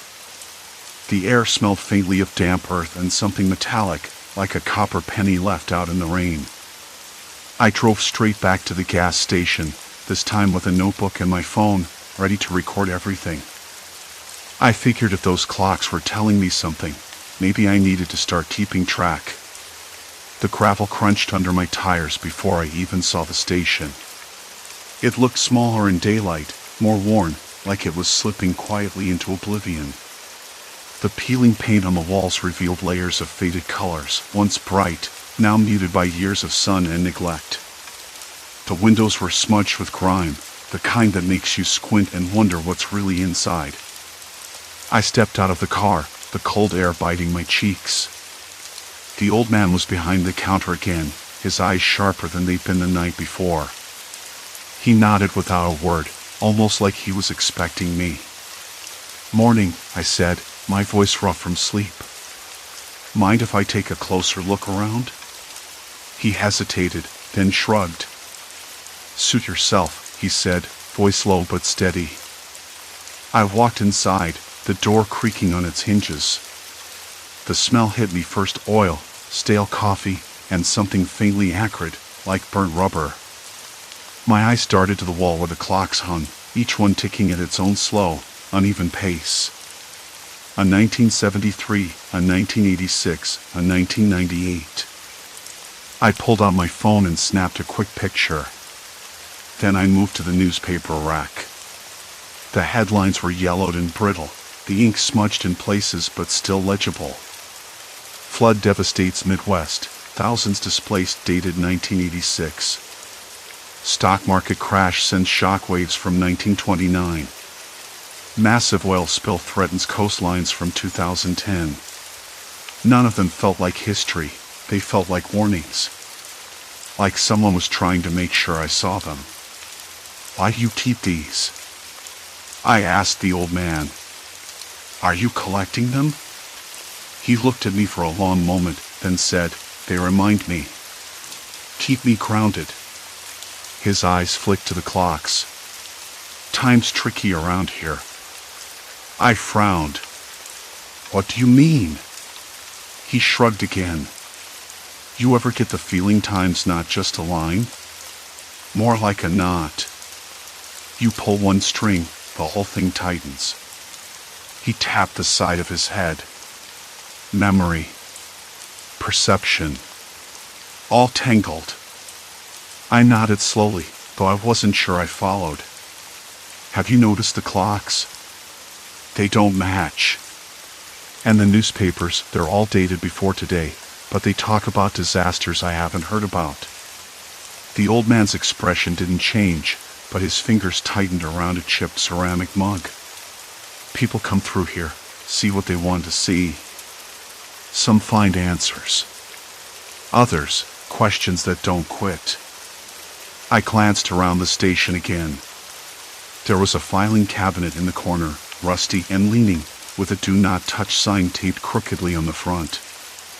My curiosity got the better of me, and I moved toward it. "Better not," the old man said quickly, his voice sharper now. I stopped, hands hovering just inches from the drawer. "Why? What's inside?" He took a breath, eyes darting to the door as if expecting someone. Records. Something best left buried. Not everyone's meant to know. That didn't sit right with me. I'm not here for trouble. I just want to understand what's going on. He sighed, leaning back against the counter. "You're already in it, whether you like it or not." I felt a chill, even though the room was stuffy and warm. The weight of his words settled around me like thick fog. I pulled out the receipt from last night, smoothing it against the counter. "Look at this. October 12th, 2001. Why would you sell fuel dated from a past that doesn't match today?" The old man's eyes flicked down. "It's not the fuel that matters. It's what comes with it." "Comes with it?" I echoed. He nodded. "People don't just buy gas here. They buy time. Or at least, a version of it. Sometimes that version leaks into their lives, changes things." I swallowed hard, tasting something bitter at the back of my throat. "You mean it affects people?" "More than you know," he said quietly. "Some walk away feeling lighter. Others, well, they disappear." The word hung in the air between us, thick and suffocating. I wanted to ask more, but the sound of a truck rolling onto the gravel outside made me jump. The old man glanced toward the door, eyes sharp. "Not many come through this road," he muttered. "Especially this early." I stepped back, suddenly aware of how exposed I felt.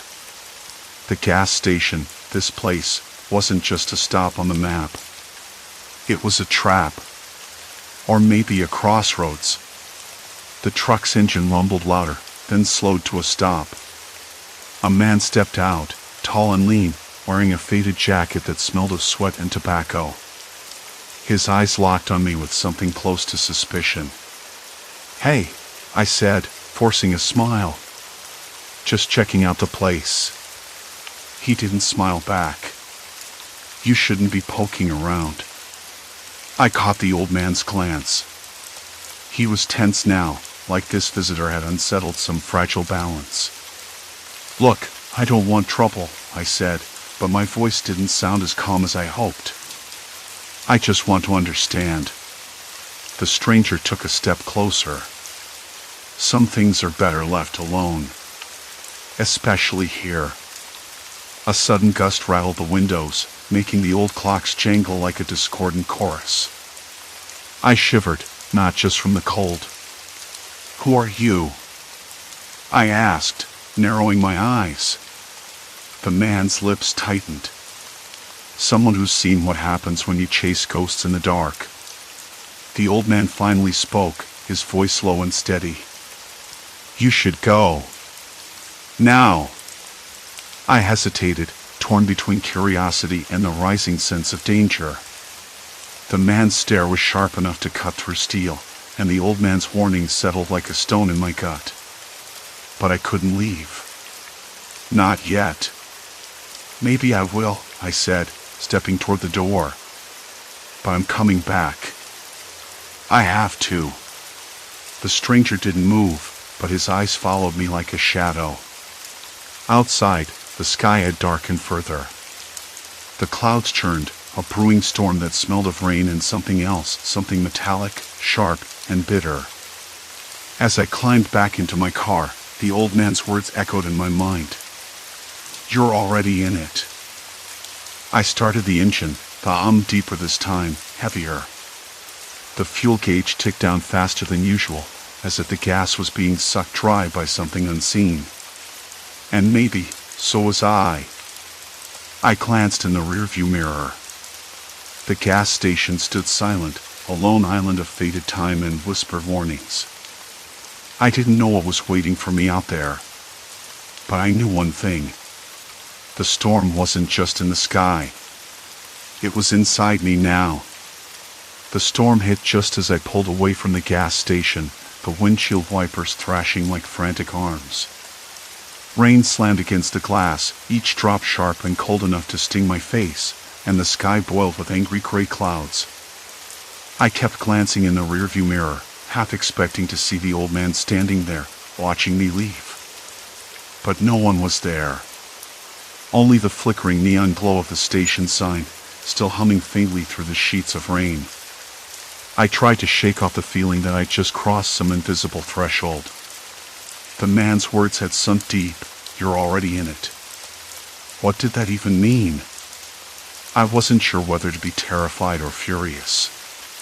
Mostly, I just wanted to drive away, far enough that the gas station and its rotating clocks became nothing but a bad memory. But as the rain blurred the road ahead, my mind kept circling back to those clocks. The way each one showed a different year. How the headlines on the faded newspapers inside the station weren't just old news, they were warnings. Predictions, maybe. Disasters I hadn't lived through, but that might come. And then the fuel. The strange taste in the air when I filled my tank, metallic, bitter, like swallowing rust. What if it wasn't just my gas tank that was draining? What if something else was being taken? I pulled over a few miles down the highway, the rain easing to a drizzle, and sat in the dark. The car's interior smelled faintly of damp leather and stale coffee. My hands trembled. Not from cold. From the weight of what I was starting to understand. The first time I stopped at that station, it was just a pit stop. Then the clocks. Then the headlines. Now, I realized, I'd stepped into something with no easy way back. The station wasn't just a place. It was a trap. Or maybe a warning system. But one that didn't want to be understood. I dug into my jacket pocket and pulled out my phone. No signal. Nothing but dead air in that persistent, low static that made my ears itch. I tried again. Still nothing. The screen blinked a 3G icon, then died. Not surprising near the old highway, but it felt like a confirmation, like I was cut off from help, from the world. I forced myself to breathe, slow and steady. If I was stuck here, I needed to know more. I needed to figure out what was really going on. And if the gas was the key, then maybe the answer was inside the station itself. I made my way back through the puddles, the cold seeping through my shoes as I approached the flickering neon.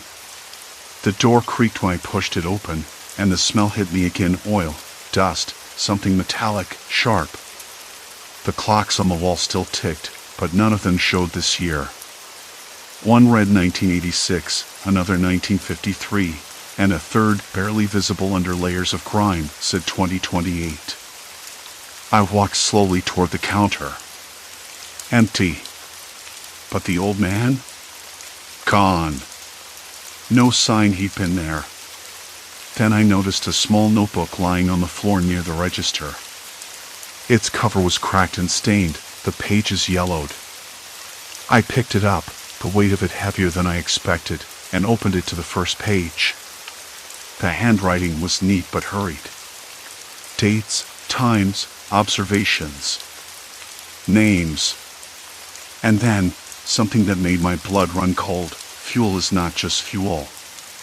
It's the medium. The conduit. Every time I fill up, a part of me disappears. I don't know where it goes. I don't know if I want to. I stared at the words. What was the old man trying to say? That the gas station wasn't just selling fuel for cars. That it was siphoning something else, something from the people who stopped there? I flipped through more pages. There were journal entries, sketches of the clocks, notes on the headlines, scribbled questions and answers. One entry caught my eye, dated just 2 weeks ago. I tried to leave. The car stalled. No matter what I do, the engine won't turn over unless I come back here. Like the station has a hold on me. I'm trapped in time's loop, and the more I resist, the tighter the grip. A shiver went through me. The thought of being stuck here, unable to escape, was suffocating. I heard a soft creak behind me. I spun around. The stranger was back. His eyes were sharper than before, the lines on his face deeper, as if the years had caught up with him overnight. "You shouldn't be here," he said quietly. "This place, it's not what you think. It's worse." "Then what is it?" I asked, trying to keep my voice steady. He shook his head. "It's a trap. Not just for gas or money. For time, for memory, for people." I swallowed hard. Why me? Why am I caught up in this? His gaze softened for a moment, almost pitying. "Because you saw the clocks. You read the headlines. You wanted answers. That's the point of no return. Once you know, the station won't let you go." I glanced toward the door, suddenly desperate. Can I leave? Can I get out? He stepped closer, lowering his voice. "You can try, but the car won't start. The road behind you, it disappears if you look back. The station feeds on that, on the fear that traps you in place." A cold rush swept over me. The idea of being stranded here, tethered to this place, was unbearable. I slammed the notebook shut and backed away. "Is there any way out?" I asked, voice barely above a whisper. He shrugged. "Maybe. But not alone. You'll need to trust someone. Or something." Before I could ask what he meant, the lights flickered violently, and the old clocks began to clang again. The discordant chorus filled the room, a harsh, grinding sound that made my teeth ache. My breath caught. The headlines on the newspapers shimmered under the flickering light, the years shifting again, closer, closer to the present. I realized then that the threat wasn't just the station itself. It was what the station was doing to time, to reality. It was rewriting the future, pulling it into this decaying shell of a place. And I was trapped inside. The stranger moved toward the door, hesitated, then looked back. "You don't have much time. Whatever you decide, it's already happening. The station's fuel isn't just draining your tank. It's draining your life. Your history. If you run out, you disappear." The rain intensified outside, hammering the windows like a warning. I swallowed, heart pounding too fast for comfort. "Then what do I do?" I asked. He smiled, but it wasn't a comfort. It was a challenge. "Stay. Learn. Fight the clock." And with that, he was gone again, vanishing into the shadows like a ghost I wasn't sure I wanted to chase. I sank to the floor, notebook in hand, the weight of the future pressing down on me harder than the storm outside. The clocks kept ticking, each one pulling me deeper into a place where time had no mercy. I was no longer just a customer. I was part of the station's game. And there was no turning back. The lights snapped on and off again, the buzzing flicker making the shadows shudder across peeling wallpaper. The clocks, all different sizes and shapes, convulsed in their own fractured rhythm, their hands twitching backward and forward like nervous ticks. The room smelled stale, a thick mix of gasoline fumes and damp plaster, the kind that sticks in your nostrils after a long, humid night. I wanted to breathe deep, but the air felt heavy, like it was pressing against my lungs, begging me not to. The stranger's words echoed in my mind, "If you run out, you disappear." I stared at the pump handle in my hand, the metal cold and slick, almost alien. It wasn't just fuel. It was something worse. Something that bled time itself. Outside, the rain hammered against the windows, drumming a relentless tattoo that matched the pounding in my head. I glanced at the faded newspapers pinned beneath the glass counter. The headline shifted again: "Catastrophic floods ravage Midwest, 2027, a date I hadn't lived through yet and hoped never to." My fingers trembled as I touched the brittle paper, the ink smudged like a bad memory. "Why am I still here?" I whispered, voice cracking. "Why won't it let me go?" The stranger looked at me, eyes dull but steady. "Because you keep coming back. Because you're tied to this place. It's not just fuel. This station feeds on people who can't leave, on moments caught between seconds. It traps you." I swallowed hard, the taste of metal thick on my tongue. "But why me? What do you want from me?" He shrugged again, the motion almost a shrug of defeat. "Maybe it's not about want. Maybe it's about survival. The station needs to keep running, and it needs you to keep fueling it." A sudden noise made us both snap our heads toward the door. A sharp, scraping sound like nails on the concrete floor echoed from the darkened back room. My heart slammed against my ribs. The stranger's hand twitched at his side. "It's just the building settling," he said quickly, but the edge in his voice didn't reach his eyes. "Or maybe it's not." I took a step closer to the door, the heat of the pump handle seeping through my gloves. The rain outside slowed to a trip, the silence thickening around us like a shroud. I couldn't tell if the sound was real or just my own imagination turning traitor. "Have you ever tried to leave?" I asked, voice barely above a breath. "What happens if you don't fuel up?" He looked away, jaw clenched. "No one leaves." "Not really. People try, but the station pulls them back. It's like being underwater, drowning, but never quite going under." A cold shiver crawled down my spine. The clocks clanged again, the noise a clash of metal and chaos that rattled my teeth. The hands on the largest clock spun wildly, then stopped at 11:59, frozen in that damned minute. "I don't want to disappear," I said. "Not like that." The stranger hesitated, then reached into his coat pocket. He pulled out a small, worn notebook and handed it to me. "This might help. It's all I've got: notes, dates, things I've seen. Maybe it'll make sense to you." I flipped it open, the pages yellowed and cramped with scribbles, numbers, and cryptic phrases. Fuel levels correlate with time distortion. Clocks reset after midnight. Disappearances increase during power outages. A map was scrawled in the back, lines drawn between the station and nearby towns, each marked with dates and warning signs. "Why are you giving this to me?" I asked, eyes scanning the chaotic writing. "Because you're the only one who's still trying to understand.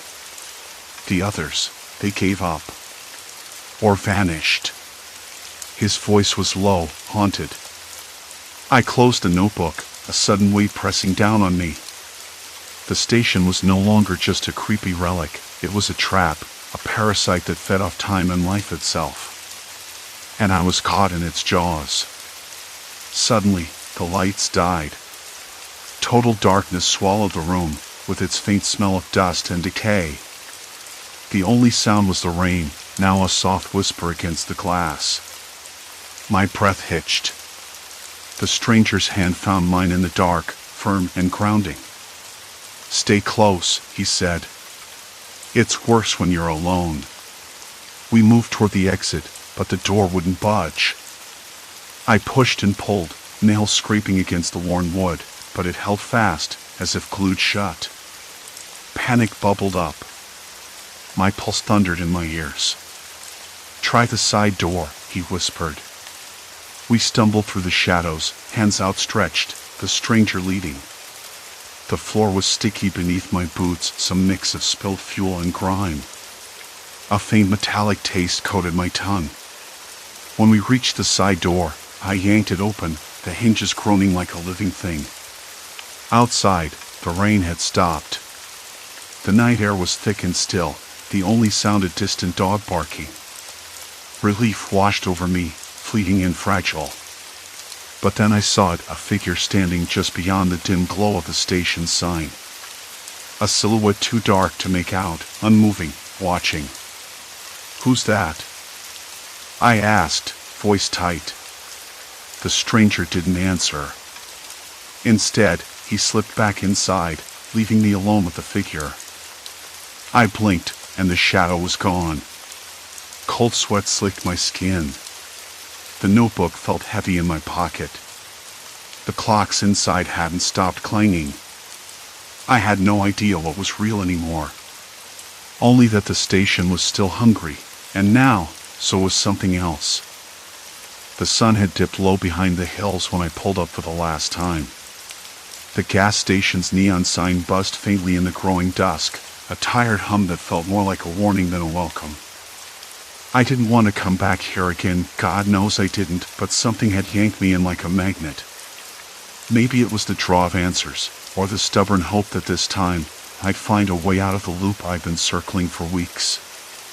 The air smelled of dry dust and something else, like burnt rubber left too long in the sun, acrid and clinging to the back of my throat. Wind rattled the thin metal roof overhead, and I noticed the flicker of the old fluorescent bulbs inside the building. They buzzed unevenly, casting long shadows across cracked linoleum and peeling paint. The place smelled stale, the kind of stale that seeps into your skin and won't let go. I stepped inside, the bell over the door jangling sharp and hollow. The clocks were all there, just as always, but this time the dates had finally caught up to the present day. 2024, the faded headlines on the bulletin board, disasters, warnings, strange accidents, no longer seemed like distant echoes from some twisted past or future. They were now warnings for today, for me. This was no trick of time. No strange supernatural loop. It was too real. Too concrete. And suddenly, the weight of what I'd been ignoring pressed hard against my ribs. The station attendant was there, the same one I'd seen before. An older man with a face carved by years of sun and wind. His eyes were tired but sharp, like he'd been waiting for me. "You back," he said, voice gravelly, but not unkind. "Figured you'd come around." I nodded, gripping the pump handle so tightly my knuckles whitened. "Why? Why do the clocks change? Why the headlines? What's this place?" He shrugged, a slow, deliberate motion. "It's not the clocks that change. It's the fuel. Or what they've been putting in it. This station's been around a long time, longer than most towns remember. But lately, it's been messing with more than just engines. People change when they fill up here." I swallowed hard, the taste of dust and metal thick in my mouth. People change? How? Memory. Perception. Time all twisted up. Like you're standing in a hall of mirrors, but the mirrors are lying. He paused. Some folks get lost in it. Others, they don't come back the same. The truth settled over me like a cold weight. I thought back to the headlines, the floods, the fires, the disappearances. They weren't just warnings. They were records of people who'd come to this place, thinking they were just filling up their tanks. But something in the fuel, chemicals, additives, who knows what, was messing with their minds. Slowly, subtly, until the world they knew wasn't the one they were living in anymore. "You've been here a while," he said, voice softer now. "Seen a lot. But you can still choose. Walk away and forget. Or stay and face it." I looked down at the pump, the nozzle cold and unyielding in my hands. The idea of walking away was tempting, but I knew better. I couldn't just forget. Not after everything I'd seen, everything I'd felt creeping under my skin like a slow poison. "Tell me what to do," I said, voice barely above a whisper. He gestured toward the back room, where dusty shelves held jars of old receipts and faded maps. "There's a pattern. Dates, times, people. The fuel comes from a batch they started mixing years ago, something to keep the station running, but it's been contaminating more than just cars. If you can find the source, you can stop it." The room smelled of mold and old paper. I sifted through the documents, piecing together the timeline. The contamination started small, barely noticeable, then grew, infecting the town like a slow disease. The people who filled up here began to lose track of time, their memories fracturing. Some slipped into confusion, others disappeared altogether. And the clocks. They weren't showing different years to mess with me, no. They were markers, signs of where the contamination had reached. I realized then the fuel was draining more than gas. It was draining reality itself. Hours passed. The night deepened outside, and the temperature dropped. My hands trembled as I folded the papers, the weight of what I'd uncovered pressing down hard. I had to act. But how? The man watched me quietly. "You want to stop it, you gotta take the pump offline. No more fuel from here." I nodded, thinking of the drivers I'd seen stumbling on the road, their eyes glazed, lost in some internal fog. The thought of them trapped in that haze made my throat tighten. But it wasn't just about them. It was me, too.